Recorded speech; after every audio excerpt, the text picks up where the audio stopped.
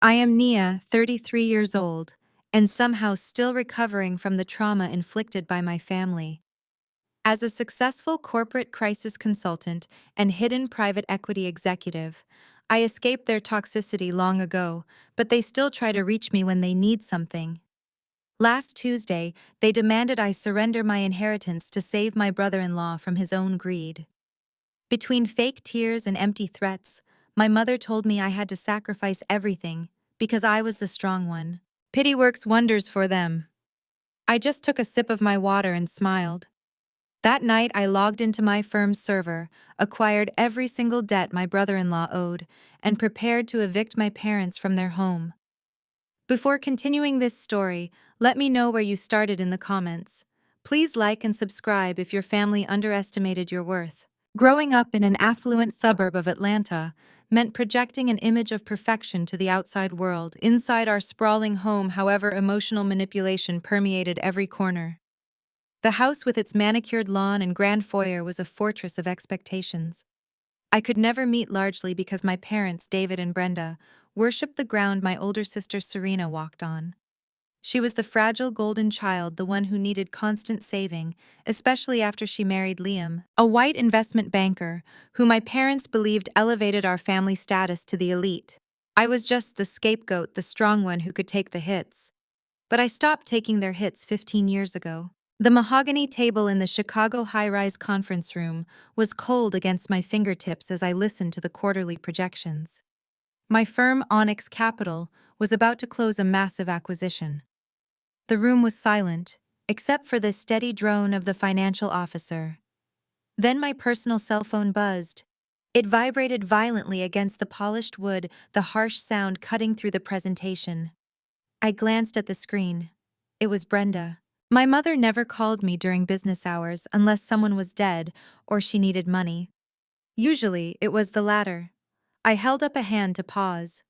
The meeting stepped out into the glass-walled hallway overlooking the skyline and accepted the call. I barely had the phone to my ear before her voice barked through the speaker, frantic and demanding. "Sign over your grandmother's trust fund right now." I stared out at the gray clouds gathering over Lake Michigan. "Hello to you too, Brenda. What exactly is the emergency this time?" "Liam's firm has a minor liquidity issue," she snapped, ignoring my sarcasm. "He needs cash to bridge a gap before the end of the fiscal quarter. Your sister is too pregnant and fragile for this kind of stress, Nia. She is hyperventilating in my kitchen right now. Call your wealth manager and release the funds to Liam's account. We are family and we have to step up." I let out a slow, dry laugh. "A minor liquidity issue. If Liam is the Wall Street genius you and Dad claim he is, why does he need my inheritance to bail him out?" "Do not be difficult, Nia." Brenda's tone shifted to punishing, slipping right back into the familiar cadence of my childhood. "You have a good corporate job. You do not need that money. Your sister needs it. She is delicate and you know how easily she falls apart. You are the strong one. You will be fine without it." The words triggered a visceral reaction, tightening my chest as years of identical excuses rushed back. "Fragile?" I asked, my voice dropping to a dangerous whisper. "You mean fragile like when she crashed Dad's car while blackout drunk planted her leftover drugs in my backpack, and you handed me a black plastic trash bag for my clothes at 18? Nia, that was a long time ago. You threw me out onto the street." I continued, my grip on the phone tightening. "You let me take the fall because her record needed to stay clean for her perfect little sorority life. You told me I was tough enough to handle the streets while she was too delicate for the consequences of her own actions. I built my entire life from the ground up because of that trash bag, Brenda. You are not getting a single dime of my trust fund to save her con artist of a husband." "He is not a con artist. He is an investor who elevated this family. You are just jealous because Serena married well, and you are alone. If you do not sign that money over by tomorrow morning, your father and I will hire lawyers. We will tell a judge you are mentally incompetent and unfit to manage your grandmother's trust. We will tie you up in court until you are ruined. Do not test us, Nia." I smiled, the coldness spreading all the way to my eyes. "Good luck finding a lawyer you can afford." I hung up my phone before she could scream another single word. My heart pounded, but not from fear. It was the adrenaline of finally having the upper hand. I walked back into the conference room, my mind already pivoting from the past to the present. The executives at the table waited for my signal. I took my seat, smoothing the lapels of my designer suit. Just as I opened my mouth to resume the meeting, the heavy glass doors swung open. My executive assistant Marcus walked in with a brisk, urgent pace, carrying a thick red folder. He set it down directly in front of me, leaning in to whisper. "The financial audit you requested on Liam's holding company just came through," he murmured. "It is a complete disaster. He is hiding massive losses." I nodded, dismissing him, and flipped the cover open. The executives around me murmured quietly. In reality, I was looking at the absolute destruction of the golden boy my parents worshipped. Page after page revealed a financial house of cards, so fragile a light breeze could topple it. Liam was not the Wall Street genius he claimed to be at every Thanksgiving dinner. I was running a desperate, failing shell game. He had over-leveraged his investments, borrowed heavily against assets he did not own, and was bleeding cash at an astonishing rate. Liam was entirely bankrupt. He was millions of dollars in debt, and his investors were completely unaware their money was gone. I traced my fingernail down the columns of red ink, a cold satisfaction settling deep in my chest. My parents had always praised his generational wealth and superior business acumen, constantly using his hollow success to belittle my achievements. Now, looking at the undeniable proof of his fraud, I saw the exact truth. Liam was nothing but a parasite dressed in a tailored suit. But the true masterpiece of this audit was buried on the final page of the creditor report. I turned the crisp sheet and felt a genuine smile break across my face. When Liam's firm started hemorrhaging money 6 months ago, he had desperately sought shadow loans to keep up his lavish lifestyle.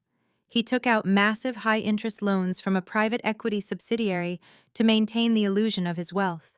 He had no idea that the subsidiary he borrowed from was quietly acquired by Onyx Tech last year. I was his primary creditor.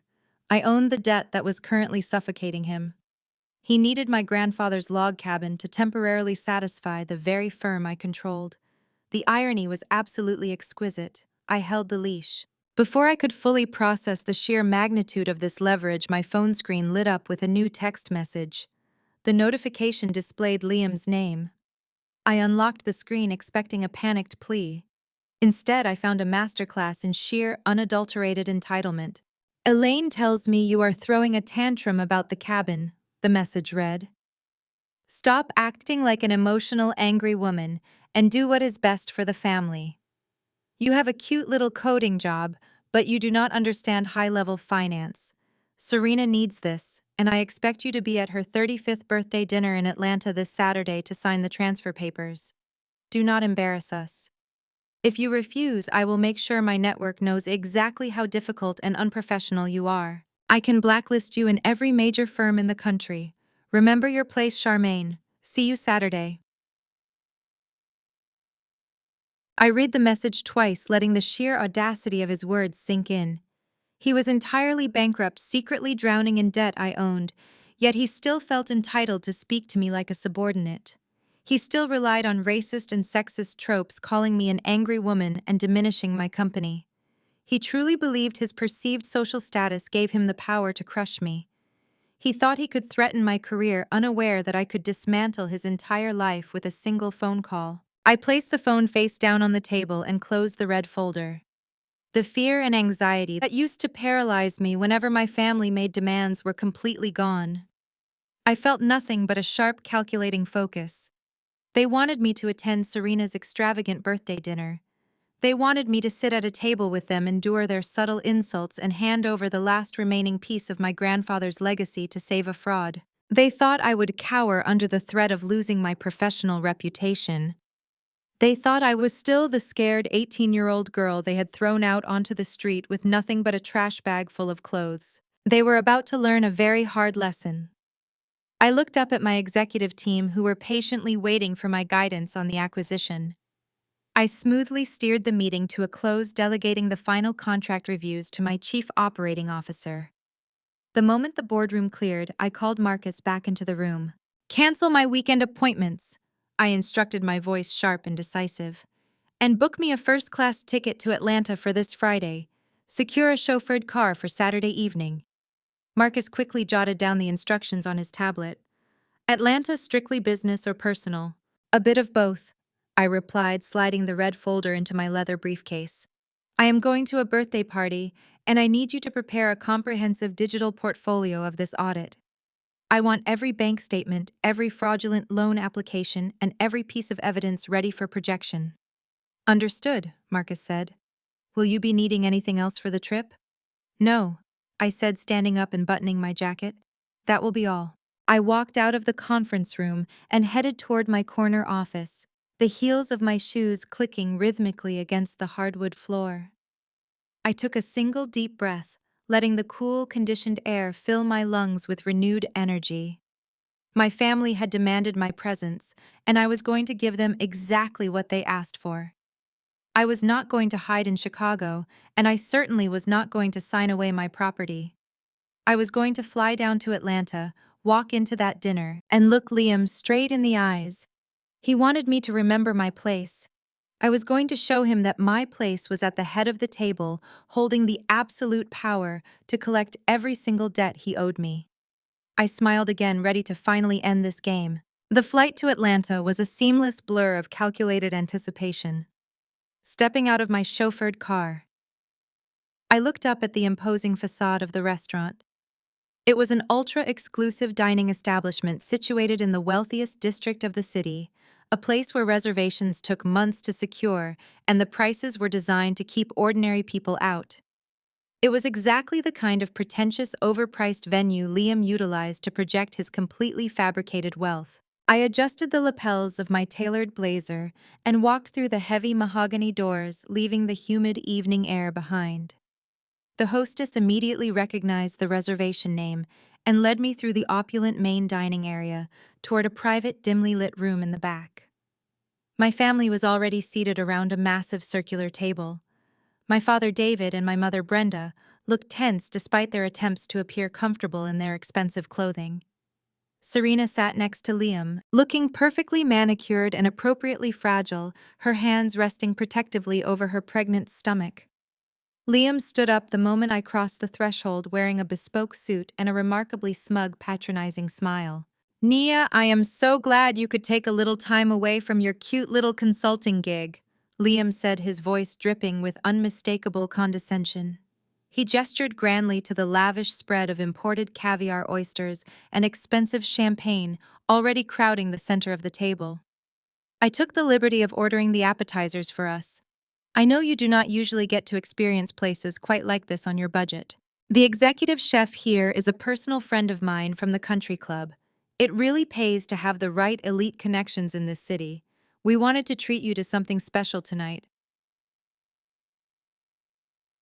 I took my designated seat slowly, making sure to exude absolute unbothered calm. I did not even glance at the extravagant food he was using as a prop to assert his dominance. I simply looked directly into his eyes. The atmosphere is certainly trying very hard, Liam. It is almost convincing, but I am not here for the seafood. Brenda cleared her throat sharply, glaring at me from across the table. We are not here to discuss the menu or your nasty attitude, Nia.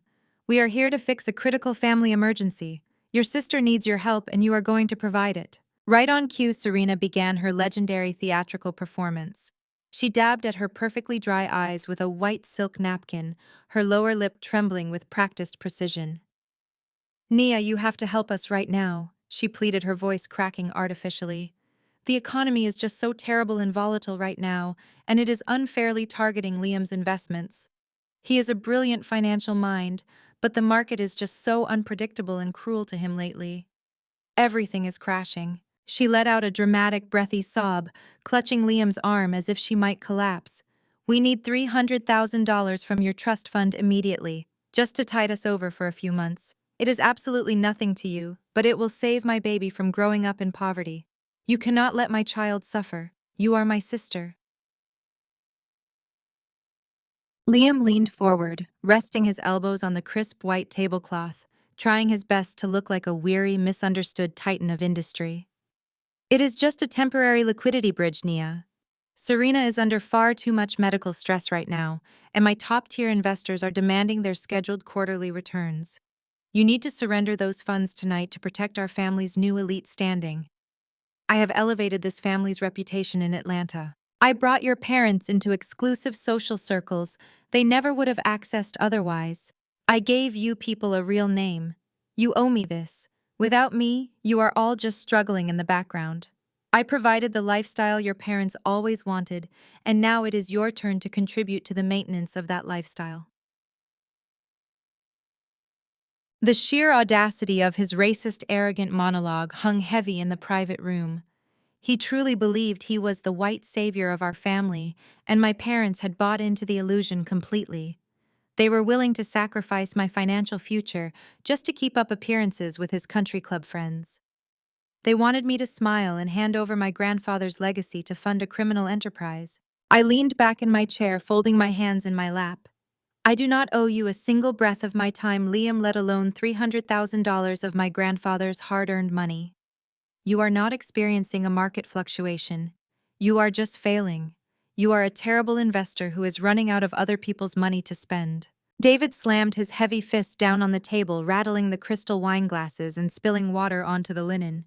You will show some respect right now, he roared, his face twisting with sudden explosive rage. Liam married your sister when he could have had anyone else. He gave us a seat at the table in this city. He elevated us.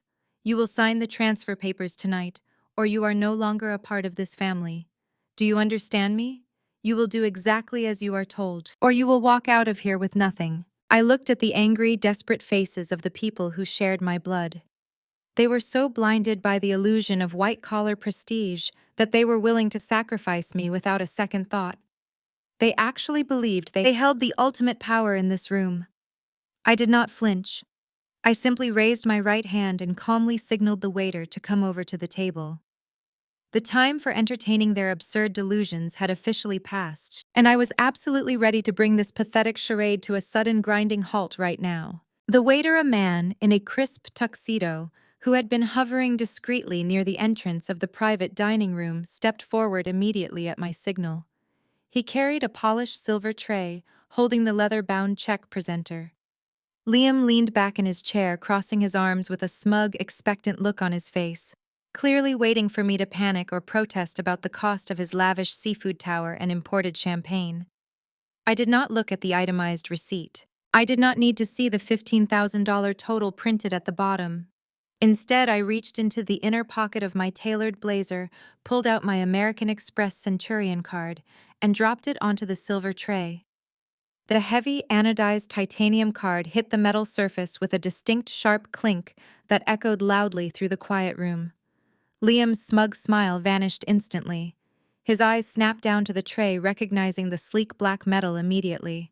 As someone who obsessed over wealth and status symbols, he knew exactly what that card meant. He knew the strict invite-only status, the astronomical spending requirements, and the sheer financial power required to simply possess one. The color drained from his face for a brief second before his fragile ego violently rejected the reality resting right in front of him. "What kind of game are you playing, Charmaine?" Liam asked, his voice losing his polished country club cadence and pitching up defensively. He pointed a shaking finger at the black card as the waiter bowed and walked away to process the payment. "Is that a fake? Or did you just max out your credit lines to impress us? You are a low-level software developer. You do not have the liquid assets to qualify for a Centurion card. Who are you sleeping with to get access to that kind of account? Is there some wealthy sugar daddy funding your little independent woman routine in Chicago?" Serena gasped, clutching her pearls in mock horror. "Charmaine, tell me you are not doing something degrading to get money. You cannot bring that kind of shame to our family just to pretend you are on Liam's level. She is probably drowning in terrible debt just to spite us." My mother Elaine chimed in, leaning across the table with a disapproving scowl. "You have always been so financially irresponsible and desperately jealous of your sister. You are going to ruin your credit score just to throw a tantrum at a nice dinner. Liam is right. You are acting like a stereotypical angry woman who cannot handle the fact that someone else achieved the success you wanted." My father David shook his head in absolute disgust. "You are embarrassing yourself, Charmaine. Liam offered to help this family, and you are sitting here playing pretend with borrowed money. You need to grow up, apologize to your brother-in-law, and sign the deed over before you destroy your own life." I let their barrage of racist, sexist, and utterly desperate insults wash over me without reacting. I did not defend my career. I did not explain my wealth. I did not justify my existence to people who were fundamentally committed to misunderstanding me. I simply sat in absolute chilling silence looking past Liam as if he were nothing more than a smudge on the expensive wallpaper. I treated him exactly like the peasant he truly was. The waiter returned, placing the receipt and a silver pen in front of me. I picked up the pen, signed my name with a smooth, elegant flourish, and added a generous 20% tip to the already exorbitant $15,000 bill. I handed the tray back to the waiter, thanked him quietly, and stood up from my chair. I smoothed the front of my blazer and picked up my leather briefcase. Liam could not handle the silence. To a narcissist, being ignored is far worse than being yelled at. His face turned a mottled, angry shade of red. He pushed his chair back violently, the wooden legs screeching against the polished floor, and stood up to block my path to the door. He towered over me, using his physical size to try and intimidate me, reverting to the primal bullying tactics he usually kept hidden behind his tailored suits and expensive watches. "You are not walking out of here until you sign those property transfer papers," Liam growled, his voice trembling with barely suppressed rage. "You think throwing around a fancy credit card makes you untouchable? You are nothing compared to the network I have built. If you walk out that door without signing over the cabin, I will call my legal team tonight. I have the most ruthless, expensive corporate lawyers in Atlanta on retainer. They will tie you up in civil litigation for the next decade. They will freeze your assets, destroy your cute little software company, and bury you in legal fees until you are begging to give me that property. I will absolutely crush you, Charmaine. I promise you that much today." I did not step back. I did not flinch. I stepped closer to him, invading his personal space until I could see the desperate, frantic sweat beading on his forehead. I looked up directly into his panicked eyes and let a slow, predatory smile spread across my face. I leaned in, bringing my face inches from his ear, ensuring that my parents and Serena could not hear the absolute destruction I was about to unleash upon his fabricated life. "You cannot afford to call your lawyers, Liam," I whispered, my voice calm, steady, and razor-sharp. "In fact, you cannot afford to pay for the valet parking outside. The Securities and Exchange Commission raided your offices and froze every single one of your financial accounts at exactly 9 o'clock this very morning. Have a truly wonderful evening. Check your phone right now because it is all completely, entirely over for you." Liam snatched his cell phone from the table with trembling hands. The screen illuminated his terrified face as he desperately swiped through his email inbox and banking applications. He watched the notifications populate one after another, each confirming the absolute destruction I had just whispered to him.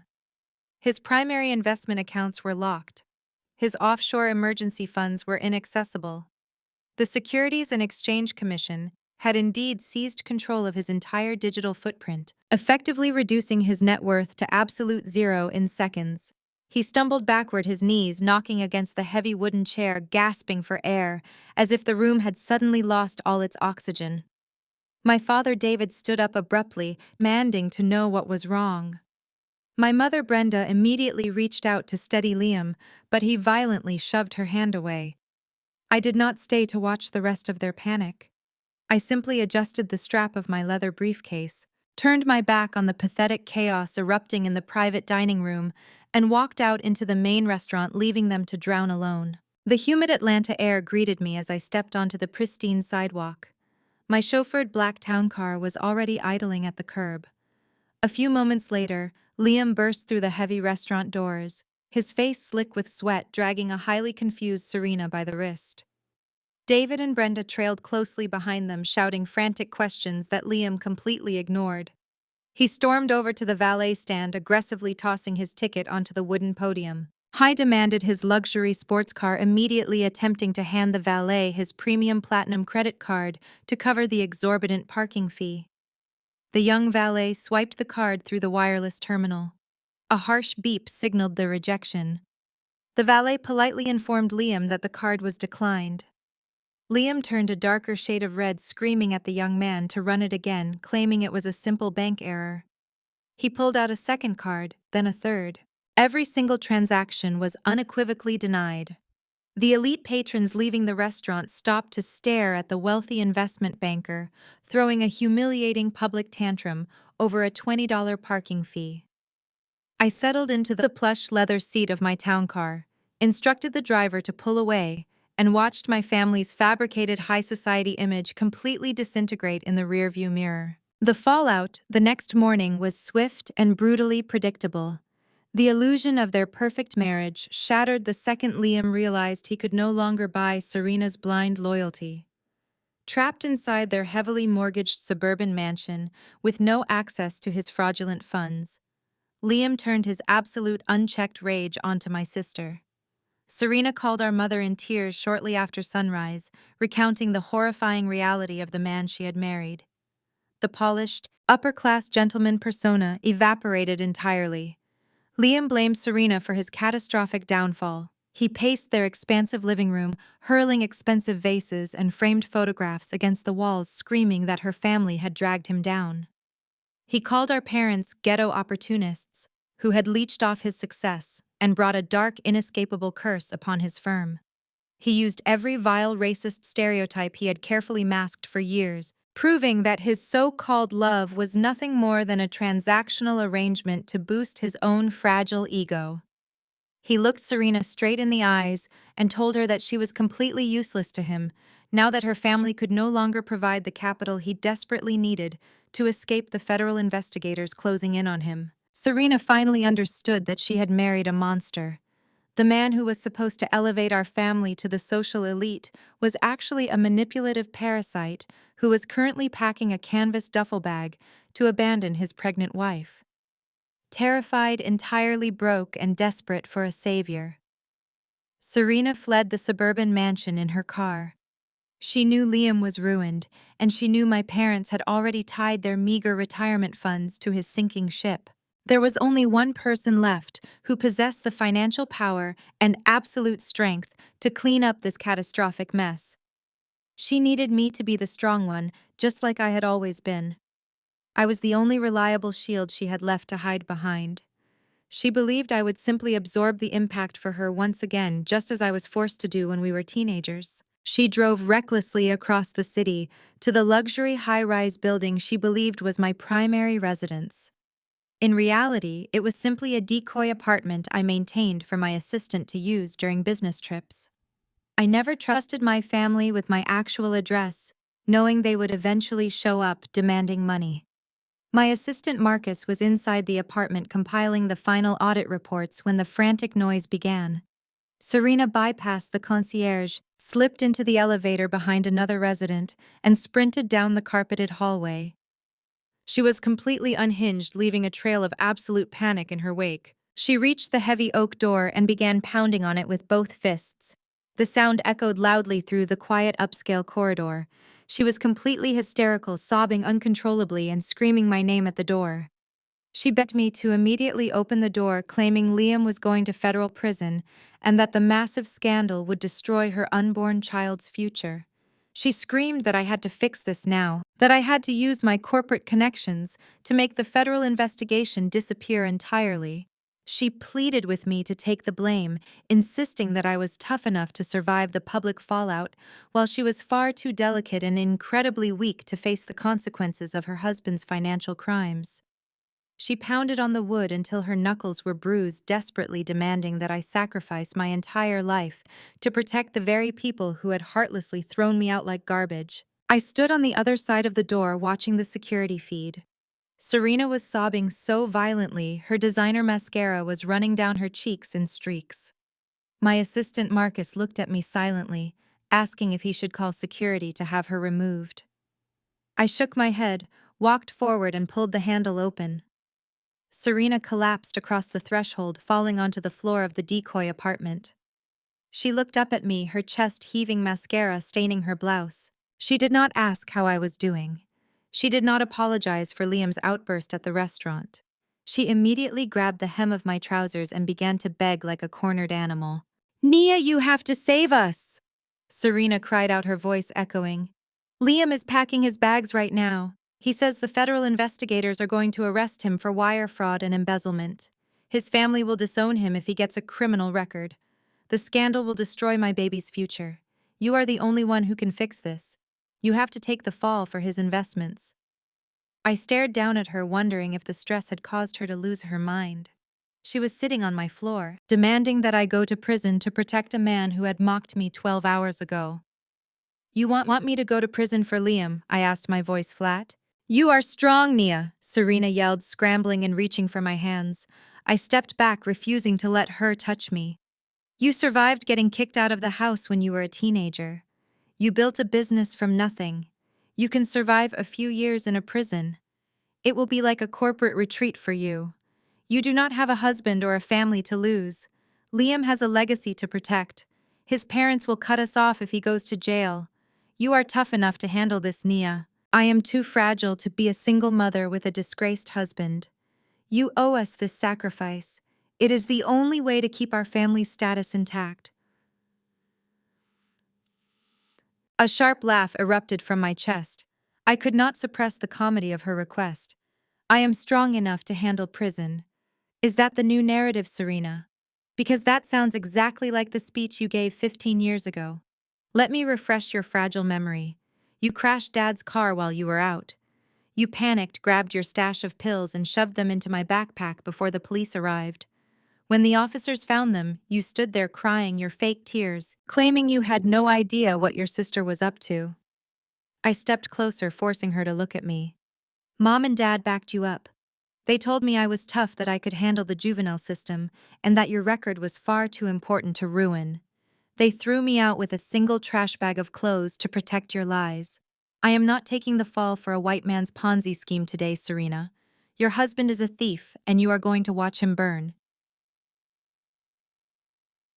Serena scrambled to her feet, her face twisting from desperation into an ugly rage. "You selfish, vindictive woman, Liam is a banker. He made a few accounting errors to keep his clients happy during a bad quarter. You have millions of dollars. You could pay the fines, hire defense attorneys, and make the charges disappear. Why are you punishing my unborn child for something that happened when we were kids? We gave you the opportunity to be strong. We made you into the success you are today by pushing you out of the nest. You should be thanking us, not standing there judging me while my life falls apart."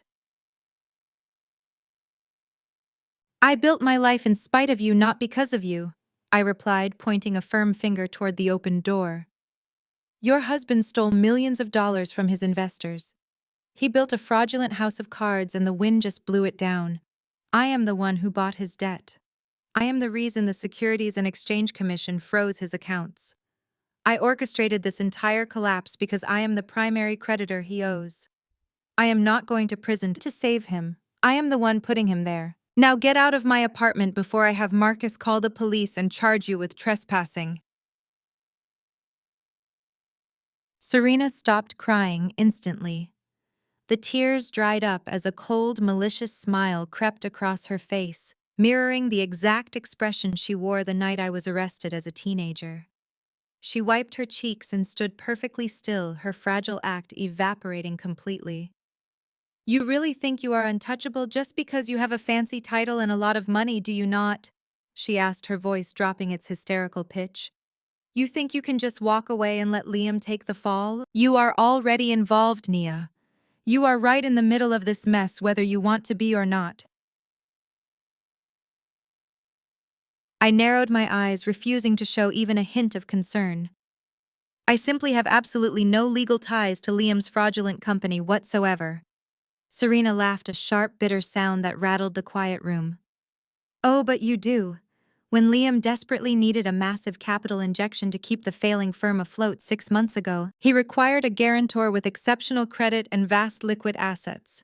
I knew you would never agree, so I took the liberty of accessing the old financial files Mom kept from your college loan applications. I forged your signature on his largest, most toxic commercial loan. You are legally bound to his debt, Nia. If Liam goes down for wire fraud, the federal investigators will come looking for his wealthy guarantor. You are going down right alongside us here today." Serena stood right there with a triumphant smirk, fully expecting me to crumble into panic. She thought she had successfully trapped me in Liam's rapidly sinking ship. I looked at her, then glanced at my assistant Marcus, who was standing near the kitchen island. I did not scream. I did not cry. I let out a low laugh that caused Serena's confident smile to falter.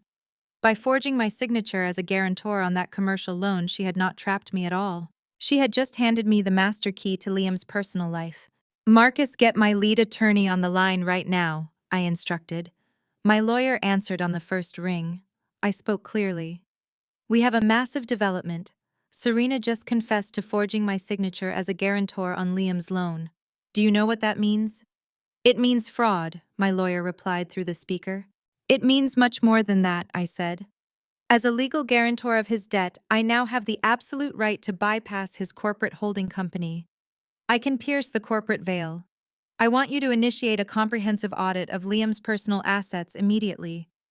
I want his personal bank accounts, his luxury cars, his suburban mansion, and his offshore trusts frozen today.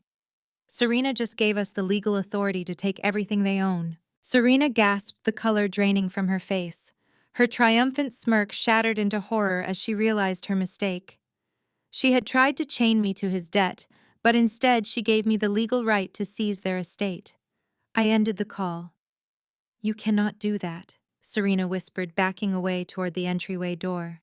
That is our personal money. You cannot touch our house. I can, and I will, I replied coldly. You brought this upon yourself.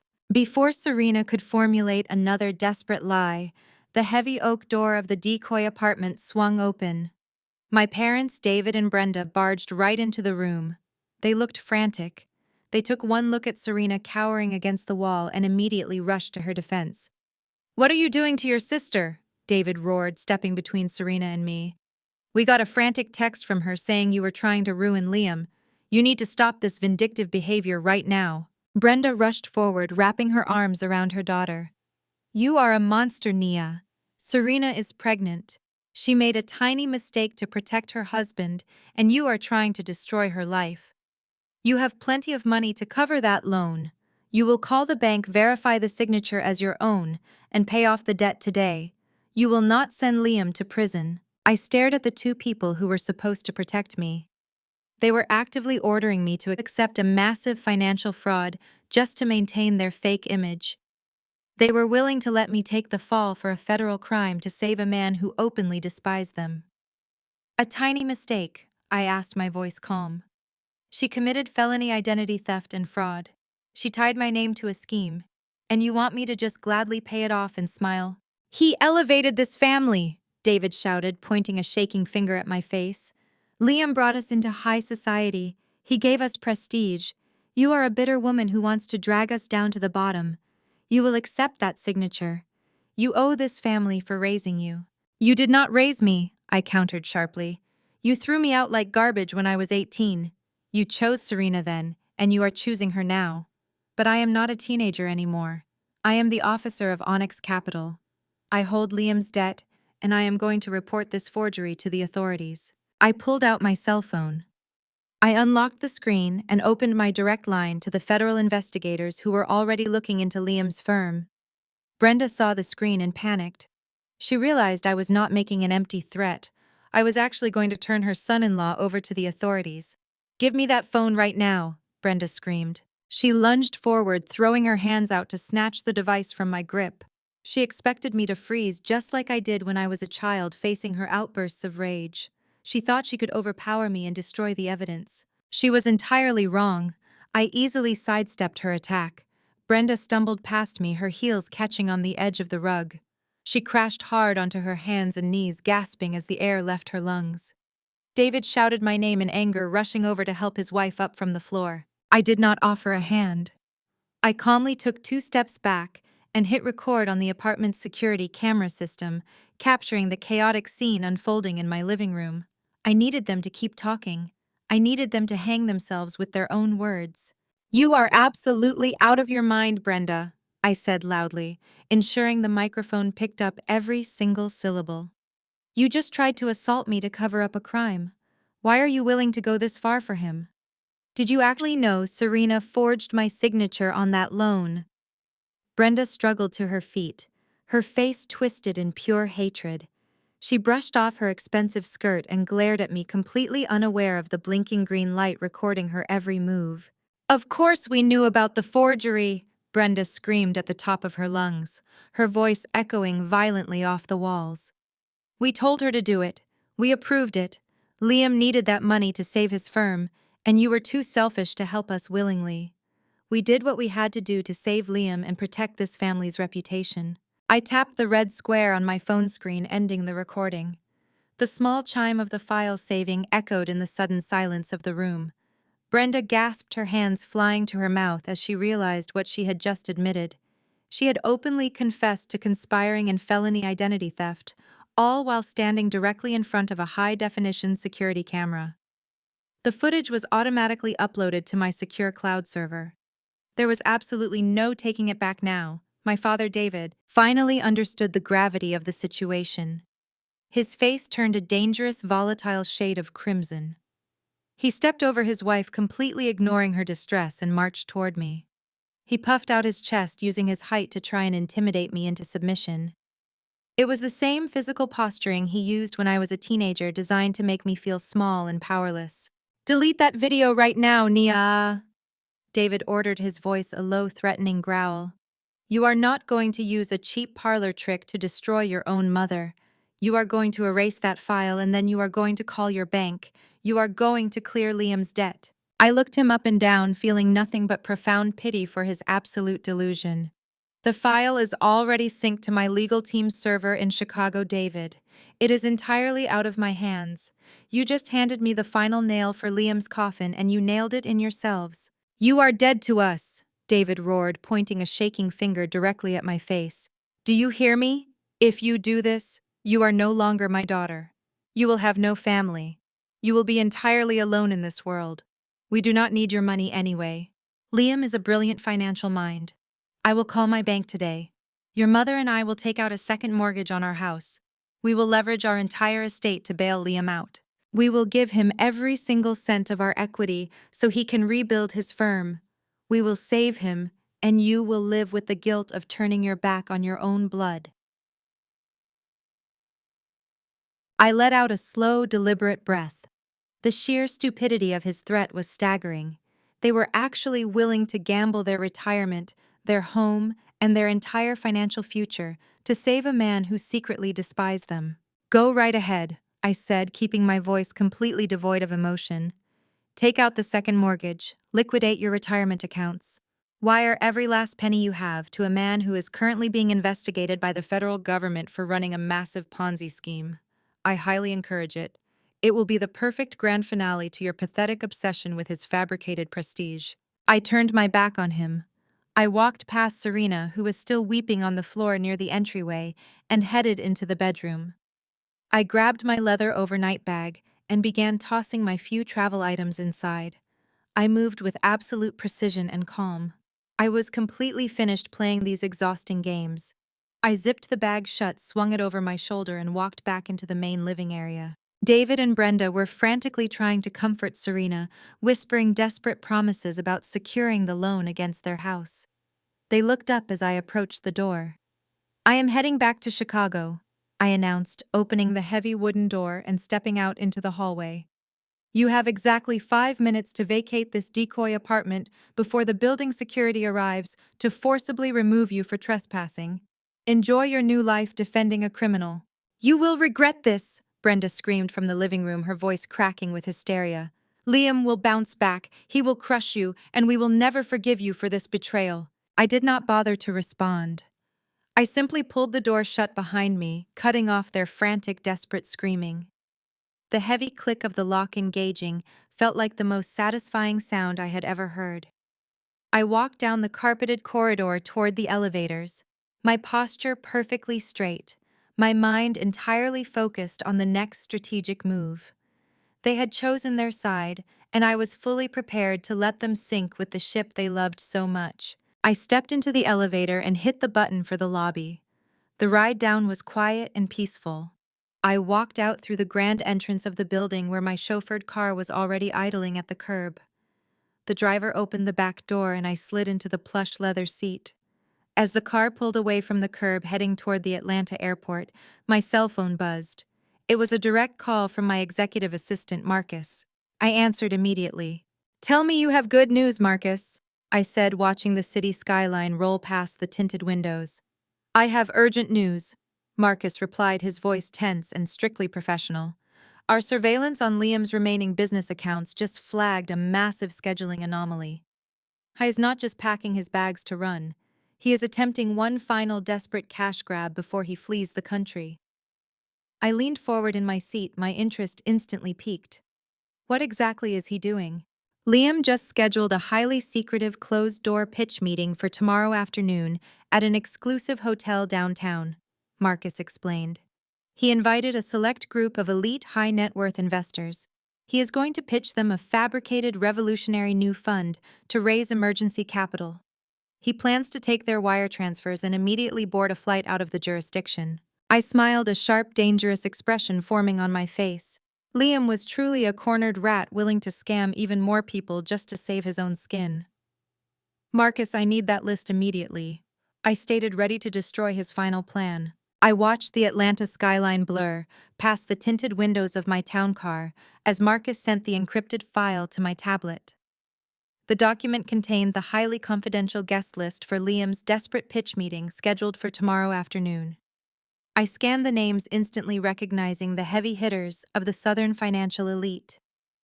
Liam was not just trying to raise a few $1,000s to cover his immediate legal fees.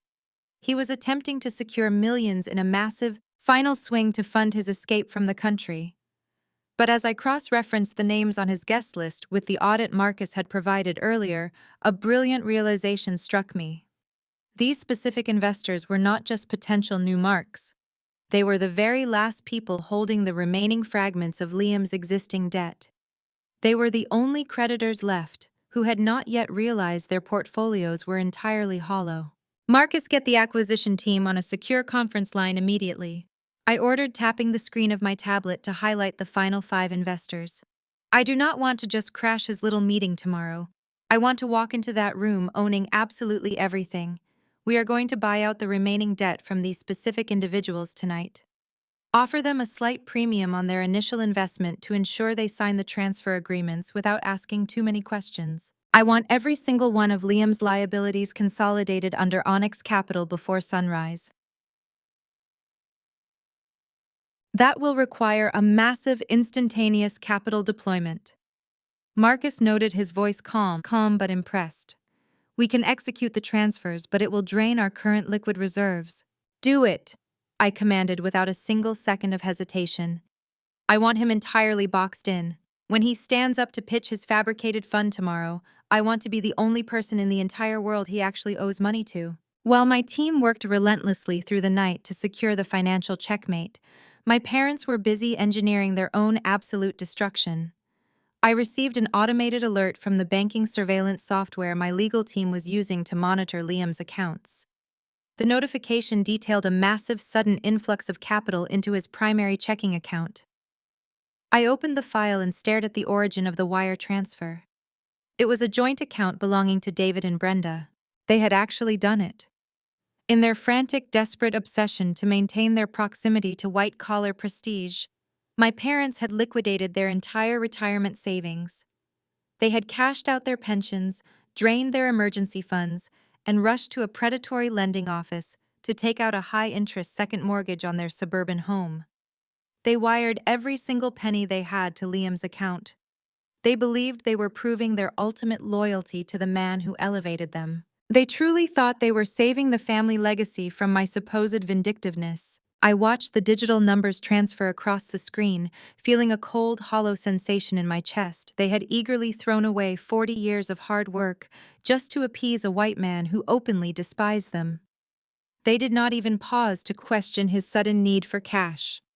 They simply handed him the keys to their entire future, fully convinced he would multiply their investment and reward their unwavering loyalty. Their blind loyalty to an abuser was their tragic flaw, and I felt no obligation to save them from the brutal consequences of their own actions. They had chosen their allegiance, prioritizing a facade of wealth over their own daughter, and now they would reap exactly what they had sown.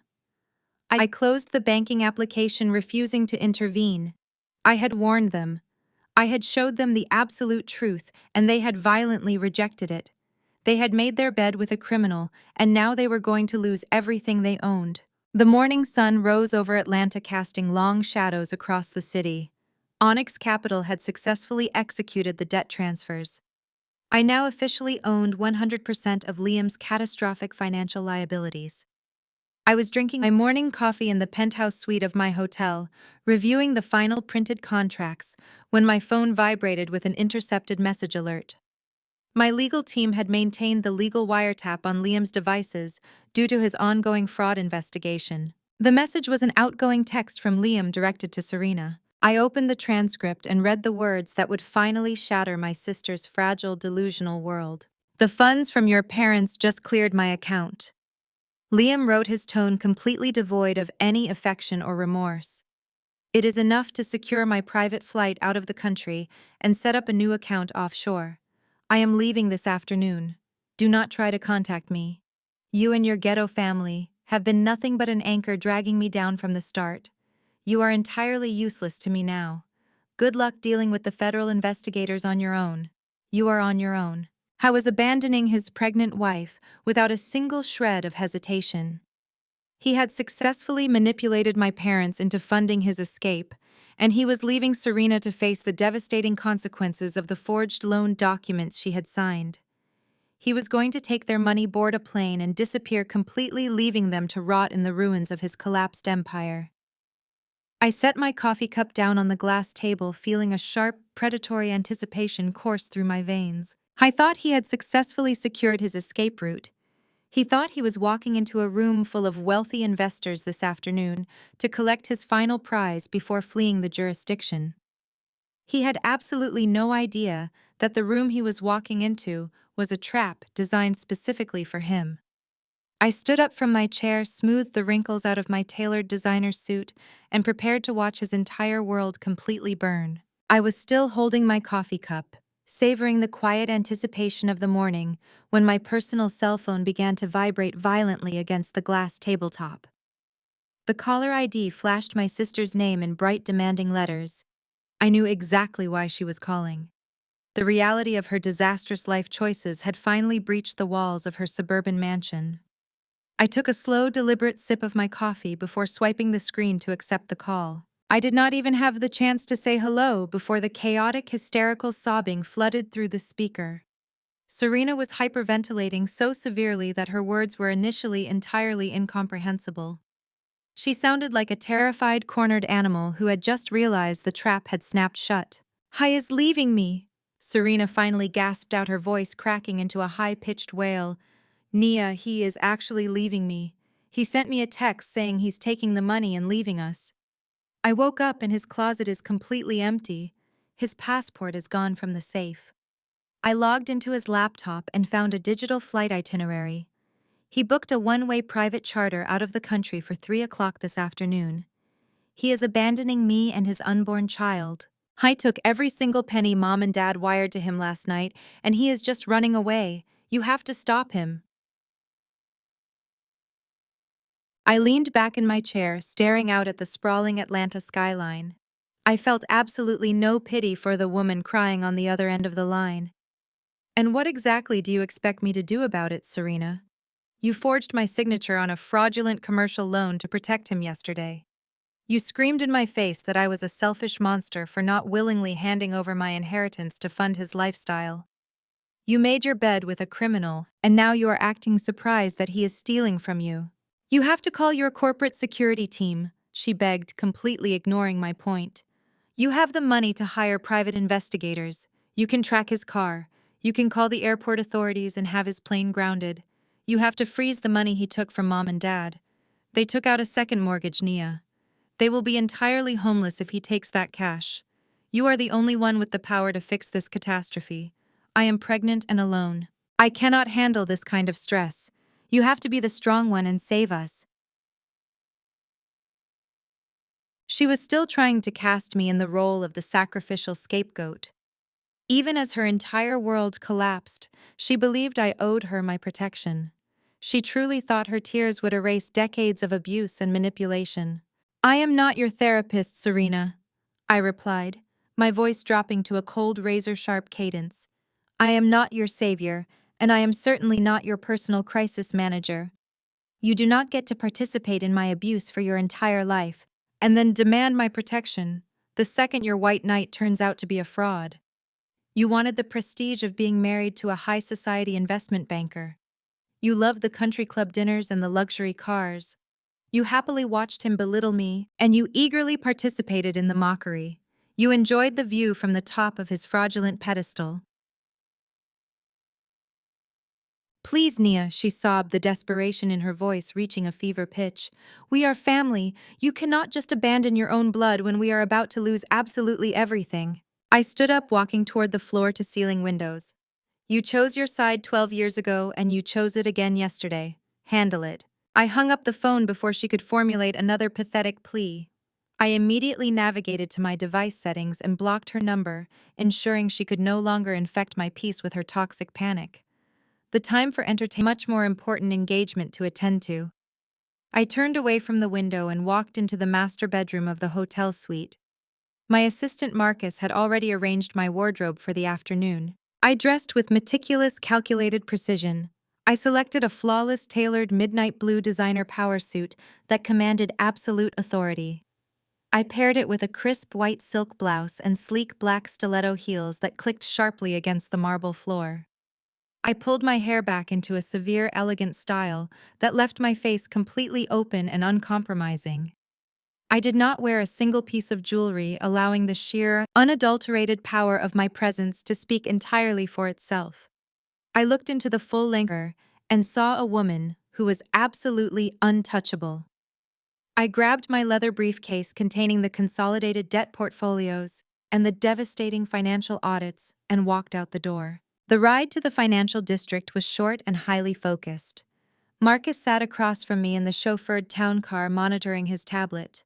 He confirmed that the 5 elite investors had all arrived at the venue and were currently being escorted into the private executive boardroom.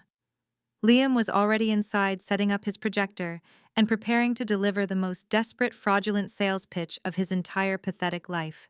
I was fully convinced that this meeting was his ultimate salvation.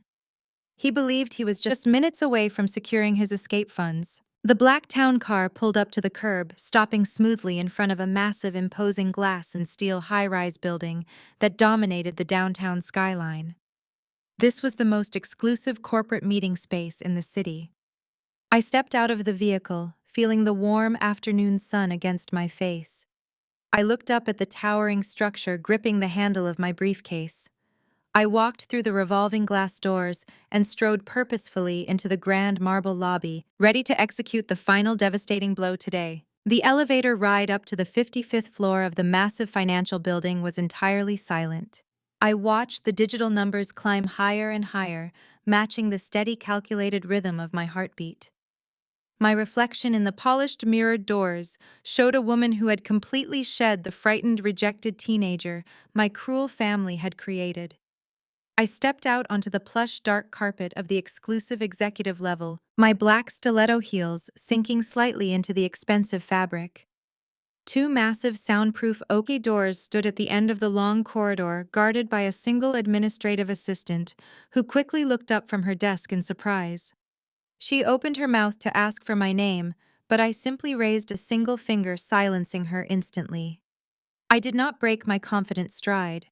I reached out, grabbed both heavy brass handles, and pushed the doors open with an authoritative, unyielding force that demanded absolute attention from everyone inside. The expansive corporate boardroom was a stunning monument to financial excess, featuring floor-to-ceiling windows that offered a panoramic view of the sprawling Atlanta skyline below. At the center of the room sat a massive polished mahogany table surrounded by high-backed leather chairs. 5 older, remarkably wealthy men sat around the impressive table, their faces arranged in strict masks of polite, quiet skepticism. They were the last remaining investors, holding Liam's toxic, fraudulent debt, completely unaware that their financial portfolios were practically worthless at this exact moment.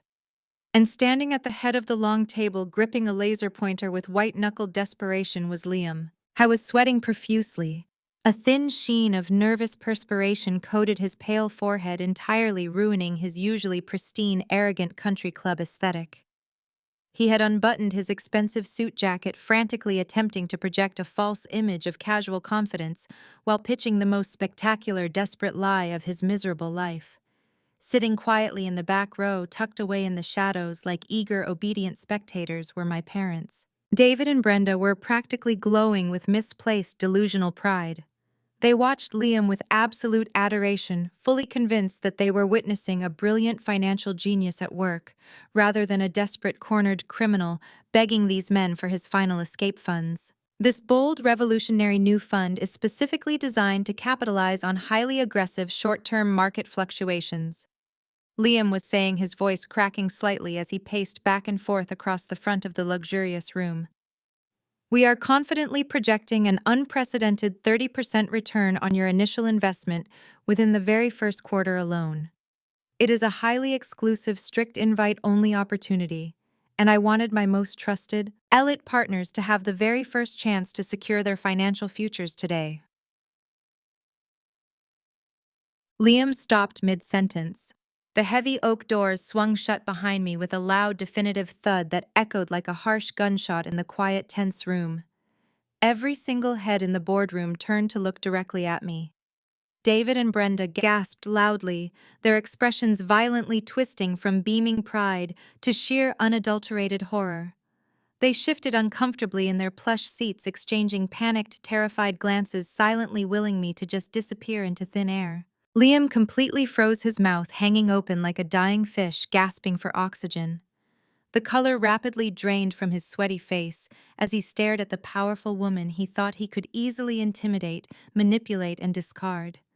He blinked repeatedly, desperately attempting to process the horrifying reality of my sudden presence in his highly restricted, highly secret meeting. Liam quickly recovered his brief moment of panic, morphing into a vicious, highly defensive rage. He aggressively slammed his laser pointer down onto the polished wood table and pointed a trembling, angry finger directly at my chest. "What the hell are you doing in here?" Liam shouted, dropping his fake professional facade entirely. He looked frantically toward the closed door, realizing his assistant had miserably failed to stop my entrance. He turned his attention back to me, adopting a deeply patronizing, incredibly dismissive sneer designed to belittle me. "This is a highly classified, strictly private investment meeting for elite financial partners only. You have absolutely no business being anywhere near this prestigious building. Security!" He yelled toward the empty hallway, his voice pitching up in frantic, pathetic desperation. "I need building security up here right now. Remove this angry woman from my boardroom immediately. She is an unstable, disgruntled family member who is trying to cause a scene today because she is incredibly jealous of my massive financial success. I sincerely apologize, gentlemen.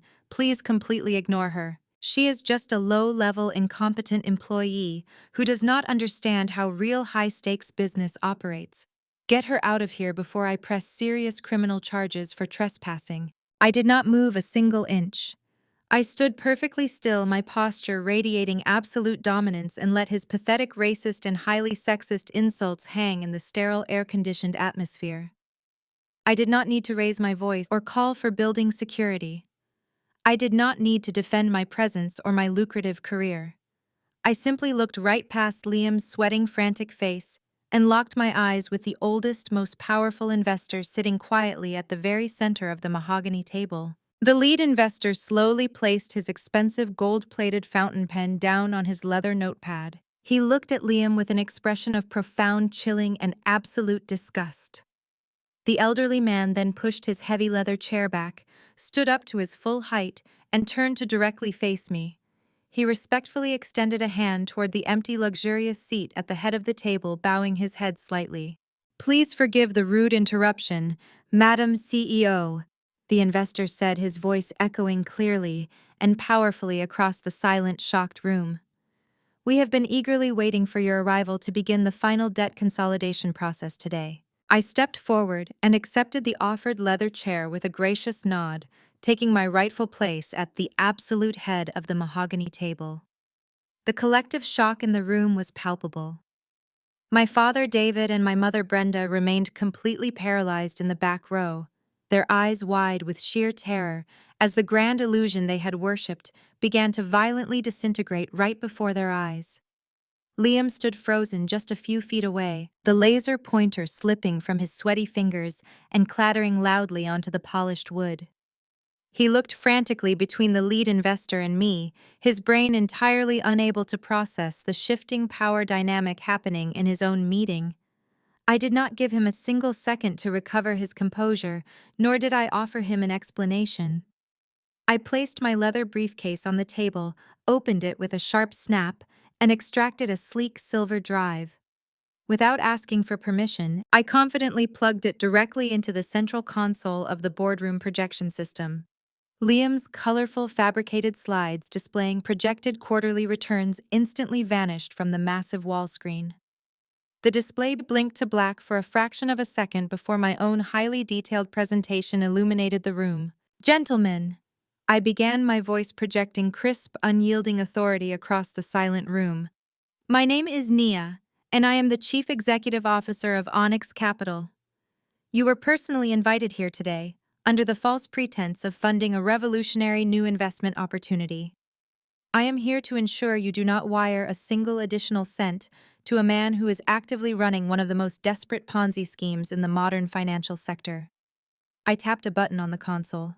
The screen behind Liam shifted, displaying a highly detailed certified financial audit of his primary holding company. The columns were entirely saturated in bright red ink. What you are looking at is the absolute truth behind his fabricated wealth. Liam does not generate any actual returns. He simply uses the principal investments of new clients to pay off the scheduled dividends of his older clients. He has absolutely no liquid capital left to his name, nor does he possess any legitimate assets to cover his massive obligations. Furthermore, as of 9 o'clock this morning, the Securities and Exchange Commission formally initiated a massive federal investigation into his firm. I tapped the button again. The screen changed to display the official federal seizure documents complete with official government seals and frozen account notifications. The 5 wealthy investors leaned forward, their expressions hardening from polite skepticism into cold, furious realization. They recognized the irrefutable evidence of a total financial collapse. Liam finally snapped out of his paralyzed stupor, his face twisted into a mask of pure, unadulterated panic. He lunged across the front of the room, frantically slamming his hands onto the projection console, desperately trying to rip the silver drive out of the port to plunge the room into darkness. He failed miserably, as the heavy console remained securely locked in place. "Turn it off!" Liam screamed, his voice cracking with hysterical rage as he slammed his fists against the table. He turned to the investors, waving his arms wildly in a pathetic display. "Do not listen to a single word she is saying. She is a jealous, unstable liar. She is an angry, vindictive woman who has been trying to destroy my family out of pure spite for years. These documents are completely fabricated by a bitter subordinate." I remained seated, perfectly composed, watching his pathetic meltdown. I tapped another command on my tablet. The screen updated instantly, projecting the fraudulent commercial loan application containing my forged signature juxtaposed right next to my highly authentic signature. "You are projecting, Liam," I replied smoothly, leaning forward. "You forged my signature to secure a massive capital injection when your scheme started bleeding cash 6 months ago." I pressed one final button on the screen. The crystal-clear audio from my decoy apartment security camera filled the expansive boardroom. Brenda's hysterical, screaming voice echoed loudly off the walls. "Of course we knew about the forgery. We told her to do it. We approved it. Liam needed that money to save his firm." The recorded confession was absolutely devastating. David and Brenda physically shrank into their chairs in the back row, suddenly realizing they had just broadcast their own complicity in a serious felony to some of the most powerful financial figures in Atlanta. Liam staggered backward, bumping heavily into the wall, completely defeated by the undeniable proof of his extensive catastrophic crimes. He looked at me with wild, terrified eyes, realizing he had absolutely nowhere left to run or hide. He had brought these investors here today, hoping to drain their accounts one final time to fund his cowardly escape from the country. He truly thought he was the smartest person in the room, playing everyone for absolute fools. I stood up slowly from my leather chair, buttoned my tailored blazer, and looked directly into his panicked, pathetic face. You invited these specific 5 men here today because they were the last remaining creditors holding your existing debt, I stated, my voice echoing with chilling finality across the room. You wanted to bleed them dry before fleeing the jurisdiction forever. But you failed to realize one crucial detail about modern corporate finance. Debt can be easily bought and sold on the open market. I looked around the room, making eye contact with every single investor present. Last night, Onyx Capital successfully acquired the remaining debt portfolios from every gentleman sitting at this very table. We paid a massive premium to consolidate your liabilities overnight. I turned my gaze back to Liam, delivering the ultimate inescapable checkmate. You do not owe the banks anymore, Liam. You do not owe these investors. You do not owe anyone else in this city. Onyx Capital has acquired 100% of your outstanding debt. You owe me. The silence in the boardroom was broken only by the sound of the lead investor snapping his leather portfolio shut. He slid his gold-plated fountain pen into his breast pocket and looked at Liam with an expression of absolute contempt. There was no shouting from the wealthy men around the mahogany table. Their silence was far more devastating than any physical blow. They were financial titans who understood instantly they had played a rigged game against a common thief. The lead investor buttoned his jacket, turned to me, and offered a polite, respectful nod. He thanked me for my transparency and for excising the toxic debt from their portfolios before the indictments became public, without sparing. Another glance at the sweating man at the front of the room, the lead investor walked purposefully toward the exit. The remaining 4 investors followed. Liam snapped out of his terrified paralysis. He lunged toward the oak doors, desperately attempting to block their exit. He raised his hands, pleading with them to stay, begging for 5 more minutes to explain the market fluctuations. He sounded like a pathetic cornered animal. The investors did not break their stride. They brushed past his shaking frame, as if he were invisible, treating him with the dismissive arrogance he had shown me. The heavy brass handles clicked shut, sealing Liam inside his customized tomb. He was ruined. With the investors gone, the suffocating reality finally descended upon the back row of the boardroom. Bet and Brenda remained glued to their plush leather chairs, their faces drained of all color. They stared blankly at the projection screen, illuminating the undeniable proof of Liam's federal crimes and frozen bank accounts. The catastrophic truth penetrated their profound wall of denial. The massive wire transfer they executed late last night had not gone toward securing their elite status in high society. Their entire life savings, their hard-earned pensions, and the reckless second mortgage they took out on their mansion had been swallowed by a black hole of fraudulent debt. Their money was trapped inside seized accounts. Brenda began to hyperventilate. Her chest heaved erratically as she clutched her expensive handbag, her eyes darting between the glaring red numbers on the screen and Liam's defeated posture. The pristine upper-class facade she had meticulously cultivated for decades shattered into a million jagged pieces.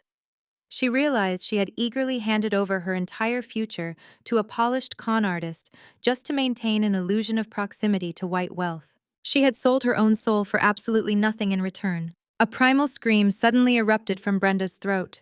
She leaped out of her chair, her high heels slipping slightly on the plush carpet, and charged directly at Liam. She threw her hands out, grabbing the lapels of his sweat-soaked suit jacket, shaking him with a frantic, desperate strength. She demanded her money back, screaming that she had given him everything they owned. She shrieked about their retirement, their home equity, and their absolute trust. Liam's polite, refined, high society mask completely evaporated.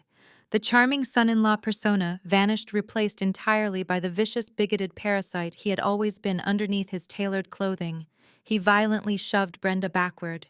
He pushed her with such brutal force that she stumbled across the room and crashed hard against the row of leather chairs, gasping for air. David jumped up, his fists clenched, shouting at Liam to keep his hands off his wife. Liam stood tall, his face twisted into an ugly, hateful sneer. He unleashed a barrage of racist, degrading insults directly at the 2 people who had worshipped him. He mocked their desperate social climbing, calling them pathetic opportunists who were too stupid to realize they were useful idiots funding his lifestyle. He laughed cruelly, telling them he never respected them, that they were nothing but gullible pawns, so obsessed with seeking validation from a white man that they willingly handed over their own execution weapon. He verbally eviscerated David, exposing how easily he had been conned. David stood frozen, the harsh racist reality of Liam's true nature echoing violently in the quiet boardroom, his broad shoulders slumped, his commanding presence entirely broken by the devastating realization that he had sacrificed his own flesh and blood for a monster who viewed him as less than human. He looked at Liam, then looked at his wife sobbing on the floor. Finally, his desperate eyes turned toward the head of the mahogany table. He looked directly at me. The arrogant, demanding patriarch who had screamed in my face yesterday was completely gone. In his place stood a broken, terrified, and financially ruined old man. David slowly approached the long table, his hands trembling slightly. He looked up at me, sitting perfectly composed in my designer power suit, commanding the room with absolute authority. He realized I was the only person left in the entire world who possessed the vast financial resources necessary to navigate this catastrophic federal disaster. David leaned heavily against the polished wood, his voice cracking with pure desperation. He begged me to use my wealth to recover their stolen funds. He pleaded with me to deploy my corporate lawyers to untangle the wire transfer and save their suburban home from the impending foreclosure. He invoked the concept of family, desperately claiming we shared the same blood that I had to protect my parents from becoming homeless. He stared at me with pleading, tear-filled eyes, waiting for me to step back into the familiar role of the strong daughter who would absorb all the pain and save them from the brutal consequences of their own choices. I sat perfectly still, absorbing the sheer magnitude of his pathetic request. I looked at the man who had thrown me out with a trash bag. I looked at the mother who tried to assault me to protect a criminal. I rested my hands calmly on top of the mahogany table, let a chilling smile spread across my face, and said no. David and Brenda sat in total stunned silence, the devastating truth completely obliterating their lifelong illusion of superiority. They stared at the mahogany table, completely unable to process the harsh reality that they had literally handed their entire future over to a massive federal criminal, completely severing their relationship with the only daughter capable of navigating the high-stakes corporate world. The heavy oak doors of the boardroom suddenly burst open, hitting the walls with a violent crash. Serena stumbled into the room, her hair a chaotic, tangled mess, and her expensive designer clothing stained with sweat and mascara. She had apparently spent the entire afternoon frantically tracking Liam's location across downtown Atlanta after discovering his private flight itinerary. She looked like a wild, desperate animal, her eyes darting around the room until they finally locked onto Liam's defeated figure. She completely ignored the wealthy investors, the severe tension in the room, and the glaring financial evidence currently projected onto the massive screen. She only saw the man she thought would save her from accountability. "Liam!" Serena cried out, her voice a shrill, hysterical shriek that echoed off the glass walls. She practically sprinted across the plush carpet and threw her arms tightly around his neck, burying her face into his sweat-soaked shoulder. "You cannot leave me. You cannot abandon our baby. I did everything you asked me to do. I forged Nia's signature. I fought with my own family for you. We can fix this together. Just take me with you on the plane." Liam stood completely rigid, his arms hanging uselessly at his sides. He did not return her desperate embrace. He did not offer a single word of comfort. Instead, he grabbed Serena's wrists with a harsh, bruising grip and violently peeled her hands away from his expensive suit jacket. He shoved her backward with such callous force that she stumbled, her heels catching on the carpet, nearly falling to the floor. The polite, charming facade he had utilized to woo my entire family evaporated completely, revealing the cold, calculating parasite underneath.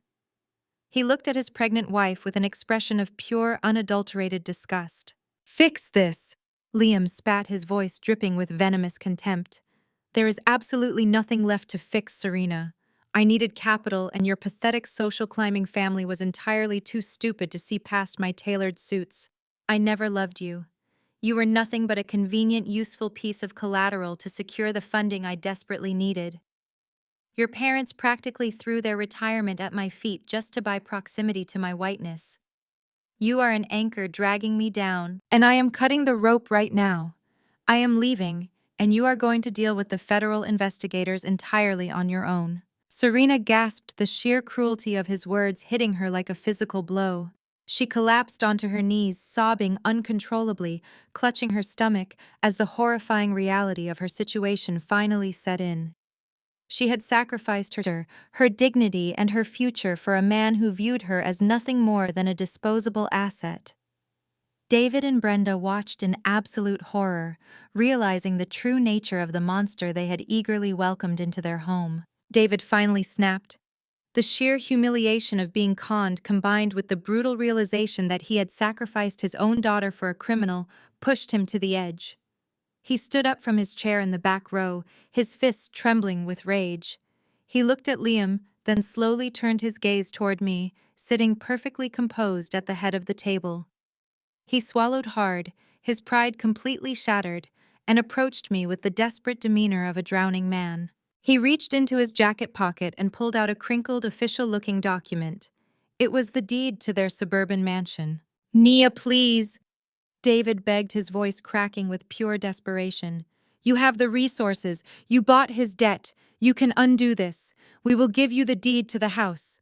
We will sign over everything we have left.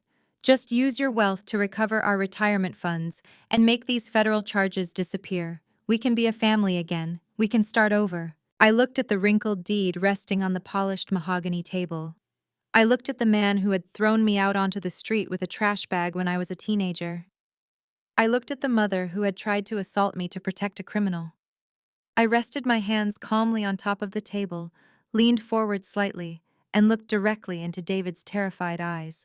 "You do not seem to understand the reality of your situation, David," I said, my voice calm, steady, and razor-sharp. "You cannot offer me the deed to your house, because when you rushed to a predatory lending office to take out a second mortgage to fund Liam's escape, that specific loan was immediately bundled and sold to a private equity firm, a firm that is a direct subsidiary of Onyx Capital." I picked up the deed and held it between two fingers. "You cannot give me this house, David, because I already own it." David's eyes widened in sheer, unadulterated terror. He staggered backward, his mouth opening and closing without producing a sound. The realization that he had actively financed his own destruction hit him with devastating force. He had willingly handed the keys to his entire life over to the daughter he had ruthlessly discarded. Serena, still weeping on the floor, crawled toward me on her hands and knees. She looked up at me with a face completely ruined by tears and smeared mascara. She abandoned all her pride, all her entitlement, and all her fake fragility. "Please, Nia," Serena begged, her voice a pathetic, high-pitched whimper. "You own his debt. You own the loans. You can forgive the debt. You can wipe the slate clean. If you forgive the debt, the federal investigators will have less to charge him with. He might stay. He might actually stay and be a father to my baby. I will do anything you want. I will work for you. I will be your servant. Just please buy his debt and forgive it so we can be a family again." I looked down at the weeping woman kneeling on the expensive carpet. Serena had spent her entire life using her tears as an impenetrable shield, manipulating everyone around her into absorbing the consequences of her own actions. She was fully expecting me to cave, assuming that my newly revealed wealth came with the same familial obligations that had chained me in my youth. I did not feel a single ounce of sympathy. I felt only the cold, hard clarity of a woman who had spent 15 years building an empire out of the rubble they had left me with. "Stand up, Serena," I commanded, my voice slicing through the heavy, stagnant air of the boardroom. She flinched at my tone but remained on the floor, clutching the fabric of my trousers. I took a deliberate step back, forcing her to release her grip. "I am not going to buy his debt to forgive it. I am not going to erase the millions of dollars he stole just so you can maintain the illusion of a happy suburban marriage. You do not want a family. You want a sponsor. You want someone to shield you from the terrifying reality that you chose to marry a criminal because you were too lazy to build a life of your own." Serena gasped, her tears momentarily pausing as the sheer bluntness of my rejection hit her. Brenda attempted to step forward to defend her favorite daughter, but I raised a hand, stopping her dead in her tracks. "Your fragility has cost me enough." I continued, speaking with surgical precision. Every word was a calculated strike against the fake narrative she had maintained for decades. Your precious fragility cost me my college fund when you needed a high-priced lawyer to keep you out of jail. It cost me my home when you planted your narcotics in my bag to save your own reputation. You sat there and watched Mom and Dad throw me out onto the street with a trash bag. You did not shed a single tear for me then. You gladly let me take the fall because you were too weak to face the consequences of your own reckless behavior. You have used your manufactured delicacy as a weapon to destroy anyone who stood in the way of your comfort. Serena shook her head frantically, trying to deny the ugly truth of her entire existence. That was different, she stammered, her voice shaking. We were kids. This is about my baby. This is about my husband. This is about accountability. I corrected her, my tone completely devoid of mercy. You knowingly forged my signature on a massive commercial loan. You willingly participated in a felony to protect a man who openly despises you. You happily mocked my career and my life just 48 hours ago when you thought you were sitting securely at the top of the social ladder. You chose the monster you married, Serena. You enabled his fraud. You fed his ego. And now that the bill has finally come due, you expect me to pay it. I refuse. I will not save you from the life you actively chose to build. David and Brenda watched the complete dismantling of their golden child in absolute silence. They had spent their entire lives protecting Serena from the world, and now they were entirely powerless to stop the devastating collapse of her reality. Their retirement was completely gone. Their grand suburban mansion belonged to my corporate portfolio. The pristine elite social status they had sacrificed their own daughter to achieve had proven to be nothing more than a toxic, catastrophic lie. They were entirely ruined and they knew it. While the sheer gravity of my refusal kept my parents and sister paralyzed with shock, I noticed a subtle movement at the far end of the expansive boardroom. Liam was quietly attempting to use the intense family distraction to his advantage. He had realized that manipulating me was an absolute impossibility. His fraudulent charm was completely useless. His only remaining objective was sheer survival. He was slowly, meticulously edging his way along the glass wall, creeping toward the heavy oak doors at the back of the executive suite. He was still clutching his leather briefcase, likely calculating the exact distance to the private elevator bank. He believed he could slip out during the emotional chaos, hail a taxi to the private airstrip, and board his chartered flight before the federal authorities could finalize their documentation. I was moving with the desperate, quiet panic of a cornered thief. He kept his eyes locked on my family, monitoring their distraction, ensuring no one was paying attention to his cowardly retreat. He reached out with a trembling, sweaty hand and grasped the heavy brass handle of the back door. A fleeting look of triumphant relief washed over his pale, exhausted face. He truly thought he had managed to escape the devastating consequences of his massive financial crimes. I thought he had outsmarted everyone in the room one final time. I stopped speaking.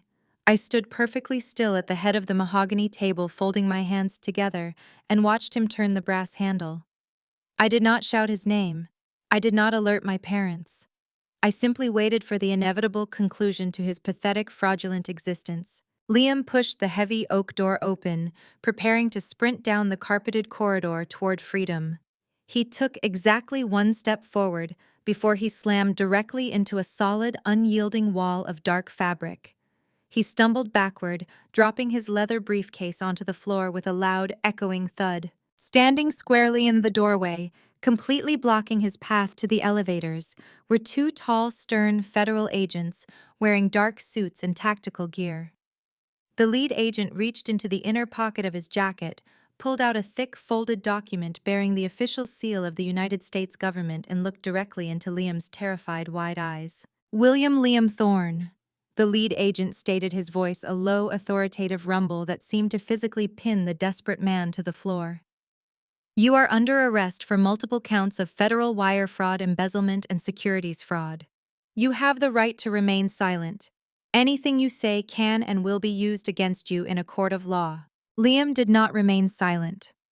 The polished upper-class facade completely shattered as two additional agents stepped out from the hallway, flanking him on both sides. They grabbed his arms, twisting them behind his back with practiced mechanical efficiency. The sharp metallic click of heavy steel handcuffs, ratcheting securely around his wrists, echoed like a final judge's gavel in the silent boardroom. Liam began to thrash wildly against their iron grip, his expensive designer shoes slipping frantically against the carpet. He screamed at the top of his lungs, his face contorting into an ugly, blotchy mask of pure terror and rage. He shouted that he was entirely innocent, that this was all a massive, catastrophic misunderstanding, and that he was the real victim of a fluctuating economy. When the federal agents ignored his pathetic pleas and began forcibly marching him toward the elevators, Liam turned his frantic, wild eyes toward me. He thrashed his shoulders desperately, trying to break free, and hurled a vile barrage of threats in my direction. He shrieked that I had set him up, that I had illegally orchestrated his downfall, and that his wealthy family would hire an army of attorneys to completely obliterate my existence. I did not flinch. I did not step back. I stood perfectly still at the head of the mahogany table, my posture radiating absolute unyielding dominance, and watched him drown in the consequences of his own arrogance. I watched a man who had built his entire life on the exploitation of others finally get dragged away in iron chains, stripped of all his unearned power. Serena remained frozen on her knees, her hands covering her mouth as she watched the elevator doors close on the monster she had chosen to marry. The reality of her devastating situation hit her with the force of a freight train. There would be no elite lawyers coming to save him. There would be no miraculous financial bailout. Liam was heading straight to a federal holding facility, and she was left entirely alone, tethered to the massive, fraudulent debt she had eagerly forged my signature to secure. David and Brenda sat completely paralyzed in the back row, their eyes wide and vacant. They had sacrificed their retirement, their home, and their youngest daughter for a criminal who was currently being walked through the lobby of an upscale financial building. I calmly reached down, closed my leather briefcase with a sharp, definitive snap, and picked it up from the table. I walked slowly around the edge of the room, my stiletto heels clicking rhythmically against the floor. I did not offer them a single word of comfort.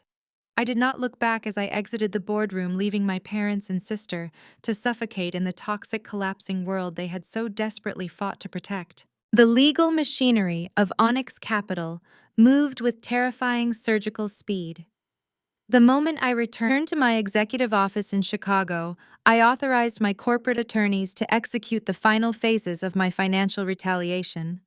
I was completely immune to any residual feelings of familial obligation. We immediately initiated the formal aggressive foreclosure process on David and Brenda's suburban mansion. The massive loan they had recklessly secured from a predatory lender just 24 hours prior was already in default. Because they had wired the entirety of the funds directly into Liam's seized federal accounts, they possessed absolutely zero liquid assets to cover even the very first payment. My legal team filed the necessary documentation with the county courts, bypassing standard grace periods by triggering the strict liability clauses buried deep within their high-interest loan agreement. The bureaucratic efficiency of taking everything they owned was remarkably cold and beautifully simple. We systematically froze their remaining joint checking accounts to cover the outstanding legal fees generated by Serena's forgery. We legally attached Onyx Capital as the primary lien holder to their vehicles. Every single piece of wealth, property, and prestige they had hoarded was officially seized and consolidated under my corporate umbrella. They were completely and legally bankrupt, stripped of the superficial suburban armor they had used to justify their terrible behavior for over 3 decades. My father's lifelong obsession with projecting a flawless image of upper-class prosperity had finally engineered his own total destruction. He had willingly sacrificed his independent daughter to cater to a white-collar criminal, assuming his status would protect him from the severe penalties of the real world. He was tragically, undeniably wrong, and now he would pay the ultimate crushing price for his blind, toxic arrogance. Exactly 1 week later, the humid morning air of the upscale Atlanta suburb was violently disrupted by the heavy rumble of diesel engines. A massive commercial moving truck slowly backed its way into the wide paved driveway of my parents' sprawling colonial mansion, idling loudly where Liam's luxury sports cars used to sit. Two marked county sheriff's cruisers pulled up directly behind the truck, their red and blue lights flashing brightly against the brick facade. Four uniformed deputies stepped out of their sleek patrol vehicles and marched purposefully up the paved walkway toward the grand oak front door, firmly holding a large stack of official court-ordered eviction notices. David, Brenda, and Serena stood huddled together on the pristine green grass, their faces pale and devastated. They watched in disbelief as strangers in heavy work boots prepared to systematically carry out their expensive furniture, their framed country club portraits, and their hollow status symbols. The time for their ultimate eviction had officially arrived. I watched the spectacle unfold through the tinted windows of my chauffeured sport utility vehicle as it slowly pulled up to the curb. I did not feel a drop of remorse. I reached onto the leather seat beside me, picked up 3 items I had personally purchased from a local hardware store this morning, and opened my car door. I stepped out into the humid Atlanta air, my stiletto heels clicking sharply against the pavement. The sharp sound immediately drew the desperate attention of my ruined family. David was the very first to spot me walking toward the property line. His broad shoulders were slumped, and his tailored golf shirt was wrinkled and stained with sweat. Brenda stood slightly behind him, weeping into a crumpled tissue, her eyes wide with terror as she watched the deputies instruct the movers on which rooms to empty next. Serena was leaning heavily against the brick mailbox, clutching her pregnant stomach, looking broken. She had lost her husband to the federal prison system, and now she was losing the physical fortress that shielded her from accountability. I walked slowly up the paved driveway, bypassing the armed deputies, who respectfully stepped aside to let the owner pass. I stopped exactly 5 feet away from the 3 people who shared my blood. I looked at their faces, taking in the absolute destruction of their arrogance. I did not carry a briefcase today. I did not bring a thick stack of corporate legal documents or a tablet displaying frozen financial accounts. I simply held 3 heavy-duty industrial-sized black plastic trash bags tightly in my right hand. Brenda immediately lunged forward, her hands outstretched in a frantic, pathetic gesture of surrender. She fell to her knees on the pristine grass, completely abandoning any remaining shred of her dignity in front of the watching neighborhood. She looked up at me, her chest heaving with sobs. She begged me to call off the eviction, screaming that I had made my point and successfully taught them a lesson. She cried out that they were bankrupt, that Liam had stolen every penny of their retirement savings, and that they had absolutely nowhere else to go. She pleaded with me to remember my childhood, to remember the house I grew up in, and to show mercy to the people who had given me life. She grabbed the hem of my trousers, her tears soaking into the expensive fabric, and wailed that a daughter could not do this to her own mother. David dropped to his knees right beside his weeping wife. The domineering patriarch who had mercilessly belittled my career and demanded my unquestioning obedience was entirely gone. He looked up at me with hollow, defeated eyes, his voice cracking into a high-pitched, desperate whimper. He begged me to forgive their massive mistakes, insisting that they were utterly blinded by Liam's sophisticated manipulation. He claimed they were just trying to do what was best for the family's financial security, entirely ignoring the fact that their version of family security explicitly required my total destruction. Serena crawled forward, joining her parents on the manicured grass. She pointed to her pregnant stomach, weaponizing her unborn child one final time. She shrieked that the extreme stress of being homeless would severely harm the baby. She begged me to buy the house back from my own private equity firm and let them stay, promising they would never ask me for another favor for the rest of their natural lives. They all cried in unison, chanting that we shared the exact same flesh and blood. I looked down at the 3 weeping adults groveling at my feet. They were frantically trying to use the concept of biological family as an impenetrable shield against the brutal consequences of their toxic choices. They honestly believed that sharing genetic material entitled them to my hard-earned wealth, my endless protection, and my absolute forgiveness. I did not bend down to comfort them. I did not offer a single word of reassurance. I looked directly into Serena's frantic, terrified eyes, remembering the exact expression she wore the night she watched our parents throw me out to protect her criminal record. I remembered the cold, dismissive tone Brenda used when she told me I was tough enough to handle the streets alone. I remembered David turning his back on me, choosing a comfortable lie over his own daughter's safety. I slowly raised my right hand, lifting the 3 black plastic trash bags into the air. I let go. The empty bags fluttered down, landing softly on the green grass directly in front of their trembling hands. The crying abruptly stopped. David, Brenda, and Serena stared down at the black plastic bags resting on the lawn, the horrifying symbolism striking them with the devastating force of a physical blow. They recognized the bags instantly. They realized I was forcing them to endure the exact same brutal, dehumanizing experience they had subjected me to 15 years ago. I looked down at them, my face a mask of absolute unyielding coldness. I did not raise my voice. I spoke with a quiet, razor-sharp precision that cut through the humid morning air. "Pack what fits. You're the strong ones. You'll be fine." The command hung in the humid morning air, feeling incredibly heavy and absolutely final. For a long, intensely suffocating moment, nobody moved an inch. David stared at the cheap black plastic bags resting on the perfectly cut grass, his mind entirely unable to process the sheer indignity of the situation. Brenda let out a strangled, high-pitched gasp, covering her mouth with both hands as she realized I was completely serious. They were absolutely not getting a moving truck for their personal belongings. They were not getting a storage unit. They were getting exactly what they gave me 15 years ago. One of the sheriff's deputies stepped forward, resting a hand casually on his utility belt. He looked down at my parents with professional detachment. "You heard the owner," the deputy stated, his voice booming across the lawn. "You have exactly 10 minutes to fill those bags with whatever personal items you can carry.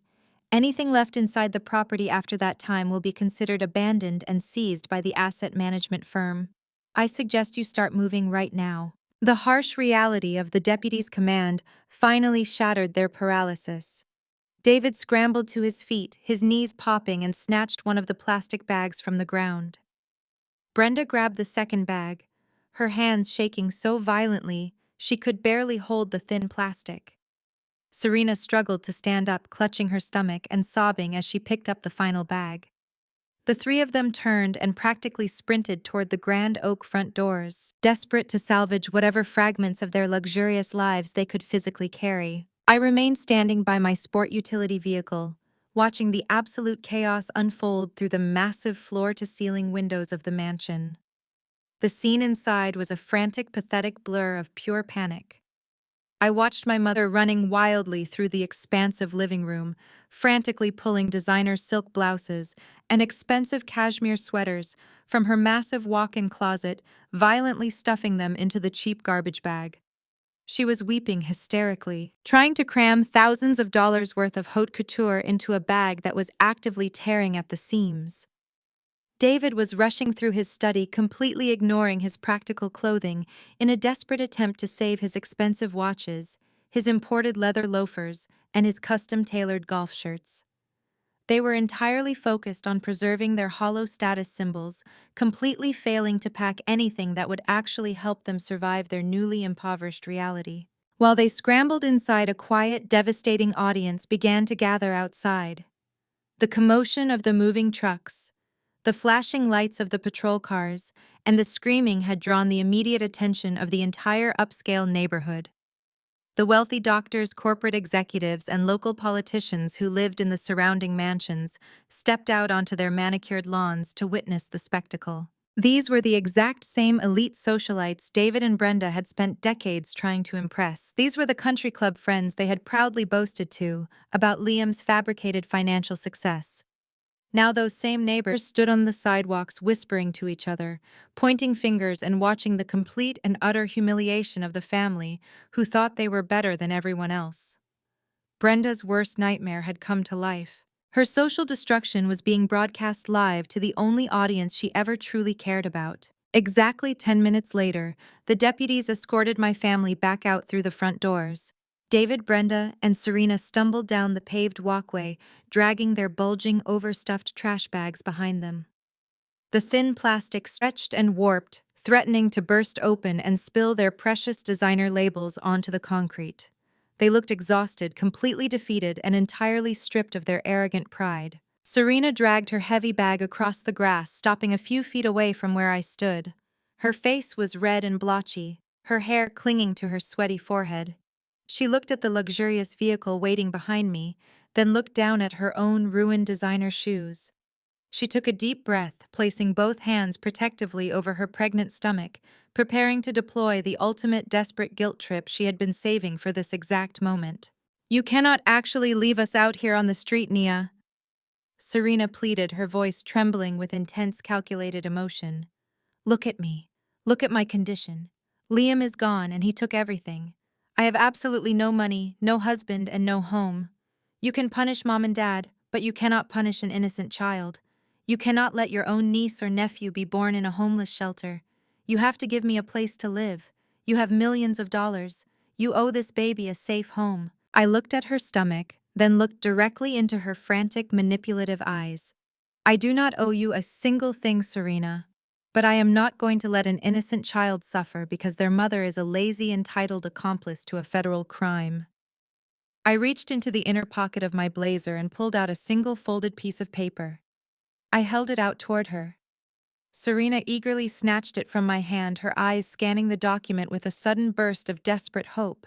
"That is a standard one-year lease agreement for a very modest one-bedroom apartment in the industrial district on the south side of the city." I explained, my voice completely flat. "I prepaid the rent for exactly 12 months. The utilities are turned on and there is a basic crib set up in the bedroom. Your child will not be homeless." Serena looked up from the paper, her relief instantly transforming into furious, ungrateful outrage. "The south side. A one-bedroom apartment, Nia. I cannot live in that neighborhood. It is dangerous and it is tiny. How am I supposed to raise a baby in a tiny apartment? How am I supposed to pay for food or medical bills?" "You are going to get a job," I replied, staring her down with absolute authority. "The lease agreement comes with a very strict, legally binding condition. You must maintain full-time minimum wage employment to keep the apartment. If you quit, if you get fired, or if you try to move Liam into that unit, if he makes bail, the property management company will evict you immediately. You wanted to be an adult, Serena. Now you are going to learn how to actually survive like one." Serena stared at me, completely horrified by the prospect of having to work a grueling minimum wage job just to keep a roof over her head. She opened her mouth to scream another demand, but I simply turned my back on her. I walked over to the waiting sport utility vehicle, the driver immediately opening the heavy door for me. I stepped up into the plush air-conditioned cabin and settled into the comfortable leather seat. I looked out the tinted window as the driver closed the door. David, Brenda, and Serena were standing frozen on the curb of their former estate. They were completely surrounded by their wealthy, whispering neighbors. They had absolutely no money, no elite status, and nowhere left to hide. They stood on the concrete sidewalk, desperately clutching their cheap black plastic trash bags, looking exactly like the frightened, discarded teenager they had thrown away 12 years prior. The cycle of abuse was finally permanently broken today. "Take me back to Chicago," I instructed the driver. The heavy vehicle smoothly pulled away from the quiet suburban curb, leaving them behind forever in the absolute ruins of their own making. 6 months passed with the brutal, unrelenting efficiency of a ticking clock. The dust from the catastrophic collapse of Liam's fraudulent empire completely settled, revealing the stark, undeniable reality of the new world my family had built for themselves. The federal justice system moved with surprising speed when presented with the overwhelming mountain of irrefutable financial evidence my legal team provided. Liam did not receive the polite, white-collar slap on the wrist he arrogantly expected. The judge presiding over his highly publicized trial was completely immune to his tailored suits and country club charm. Liam was sentenced to 15 years in a federal penitentiary without the possibility of early parole, stripped of his assets, his freedom, and his entirely fabricated prestige. He traded his custom Italian leather shoes for a standard-issue orange jumpsuit, finally locked inside a cage where his racist superiority complex meant absolutely nothing. The devastating ripple effect of his incarceration hit my parents with the force of a localized earthquake. David and Brenda had lost absolutely everything they owned when they blindly wired their entire estate into Liam's seized accounts. The absolute financial ruin forced them out of the comfortable elite retirement they had envisioned and directly into the harsh, unforgiving reality of the working class they had always despised. David, the domineering patriarch who used to terrorize waitstaff and demand absolute obedience, was now wearing a brightly colored polyester vest at a big box hardware store. He spent his days standing near the automatic sliding doors, forced to smile and offer polite greetings to the exact same blue-collar workers he had spent his entire life looking down upon. His back ached constantly, and his overwhelming pride was thoroughly crushed every single time a former neighbor walked past him holding a shopping cart. Brenda experienced a similarly brutal fall from grace. The woman who used to host lavish catered dinner parties and judge her friends' interior decorating choices was now scrubbing other people's toilets to survive. She took a job working for a residential cleaning service, spending her exhausted days on her hands and knees, wiping down baseboards and polishing hardwood floors in the very same upscale neighborhoods she used to call her own. The harsh chemical cleaners ruined her expensive manicures, and the physical labor stripped away the fragile upper-class facade she had sacrificed me to maintain. She was entirely invisible to the wealthy homeowners she served, treated as nothing more than background noise. However, the most profound, devastating transformation belonged entirely to Serena. The golden child who had spent her entire life using her manufactured fragility as a weapon was finally thrust into a world that did not care about her tears. Without my financial safety net to catch her, and without Liam to fund her delusions, she had absolutely no choice but to adhere to the strict terms of the apartment lease I provided. She had to secure and maintain a minimum wage job. Serena, who had never worked a single hard day in her life, was now wearing a greasy polyester uniform and a headset at a fast food drive-through window. The reality of her new existence was incredibly harsh and deeply unforgiving. She spent 8 hours a day standing on her swollen feet, inhaling the smell of stale frying oil and taking orders from impatient, rude customers who screamed at her over missing packets of ketchup. She had to learn how to operate a cash register, how to mop sticky linoleum floors at the end of a grueling shift, and how to swallow her immense pride when her teenage manager yelled at her for moving too slowly. There was no one left to blame for her mistakes. There was no younger sister to absorb the punishment or take the fall for her incompetence. Every single time her back ached or a customer insulted her, she was forced to swallow the bitter truth that she had brought this entirely upon herself. She gave birth to a healthy baby girl 2 months into her new impoverished reality. The grueling exhaustion of single motherhood, combined with the relentless demands of her minimum wage job, quickly eroded whatever remained of her entitled delusion. She had to budget her meager paychecks just to afford generic diapers and cheap formula. She rode the public bus in the early hours of the morning, carrying her crying infant to a subsidized daycare center before clocking in for another soul-crushing shift at the drive-through window. She was finally truly experiencing the absolute crushing weight of the real world. It was during a particularly grueling Friday evening shift that Serena finally broke. She had just finished scrubbing the deep fryer, her uniform stained with grease, and her hands raw from the harsh industrial soap.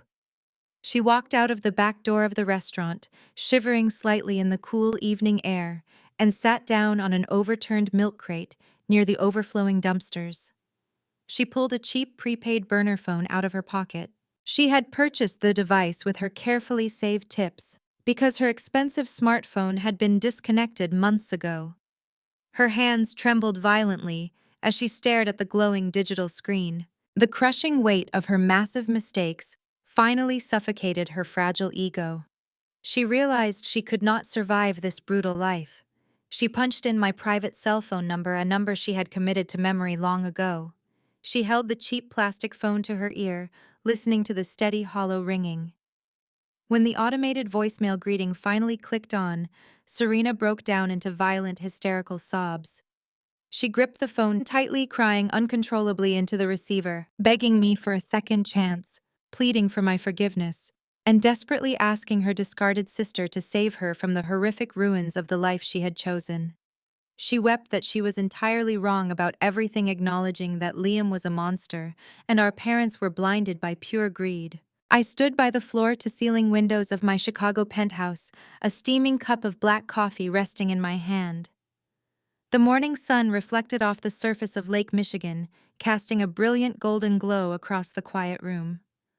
On the marble kitchen island behind me, my cell phone played the frantic, sobbing voicemail through its speaker. It was Serena. Her voice was completely stripped of its usual arrogant entitlement, reduced to a pathetic, trembling whimper. She wept uncontrollably into the cheap burner phone, begging me to rescue her from the grueling minimum wage nightmare she had created for herself. She cried that her feet were bleeding from standing at the drive-through window, that she could not afford proper groceries, and that Liam had completely ruined her life.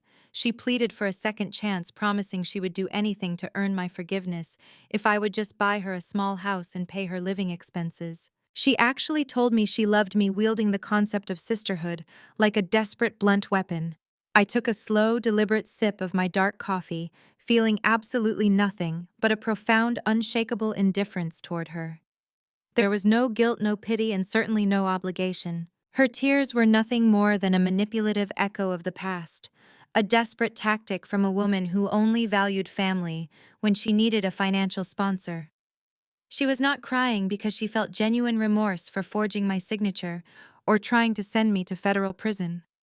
She was only crying because her soft, privileged life had violently evaporated, and the brutal reality of the working class had finally forced her to face her own incompetence.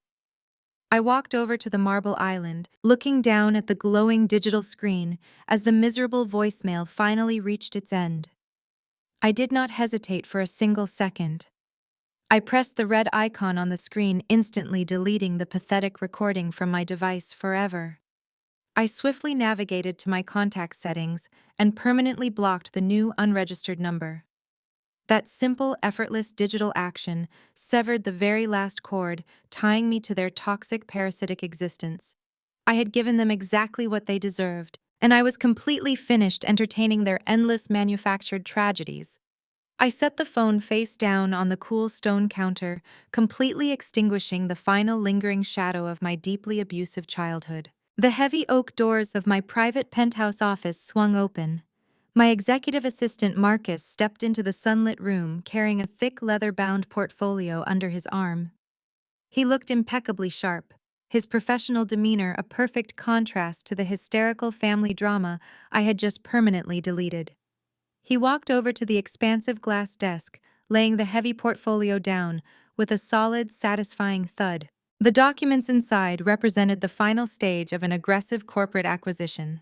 Onyx Capital had been quietly negotiating for the past 8 months. It was a massive multinational technology firm that would effectively triple the global reach and overall valuation of my private equity empire. Marcus handed me a silver fountain pen, his eyes completely focused and serious. He informed me that the opposing board of directors had officially capitulated to every single one of our strict financial demands. They were completely ready to sign the transfer agreements, securing my absolute dominance over their entire market sector. I picked up the heavy silver pen, feeling the cool, familiar weight of absolute authority resting comfortably between my fingers. I did not need to consult a board or seek approval. I flipped open the portfolio, scanning the meticulously drafted legal clauses before signing my name with a smooth, decisive flourish at the bottom of the final page. I handed the signed contract back to Marcus, instructing him to execute the wire transfers and finalize the corporate takeover immediately. He nodded, respectfully gathered the documents, and exited the room, leaving me alone in the vast, quiet luxury of my penthouse. I walked back toward the massive windows, looking out over the sprawling, limitless expanse of the Chicago skyline. The towering skyscrapers of the financial district stood like monuments to power, ambition, and relentless determination. I thought back to the frightened, deeply rejected 18-year-old girl who had stood on a suburban sidewalk, clutching a single black trash bag filled with her only possessions.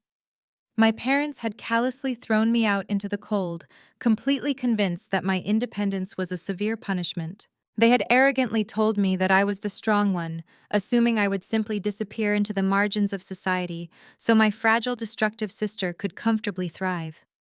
They were entirely wrong about my trajectory, but they were absolutely right about my strength. Losing my toxic, abusive family at 18 was not a tragedy at all. It was without a doubt the single greatest investment I had ever made in my entire life. Their cruel rejection had provided the ultimate unbreakable foundation for my success.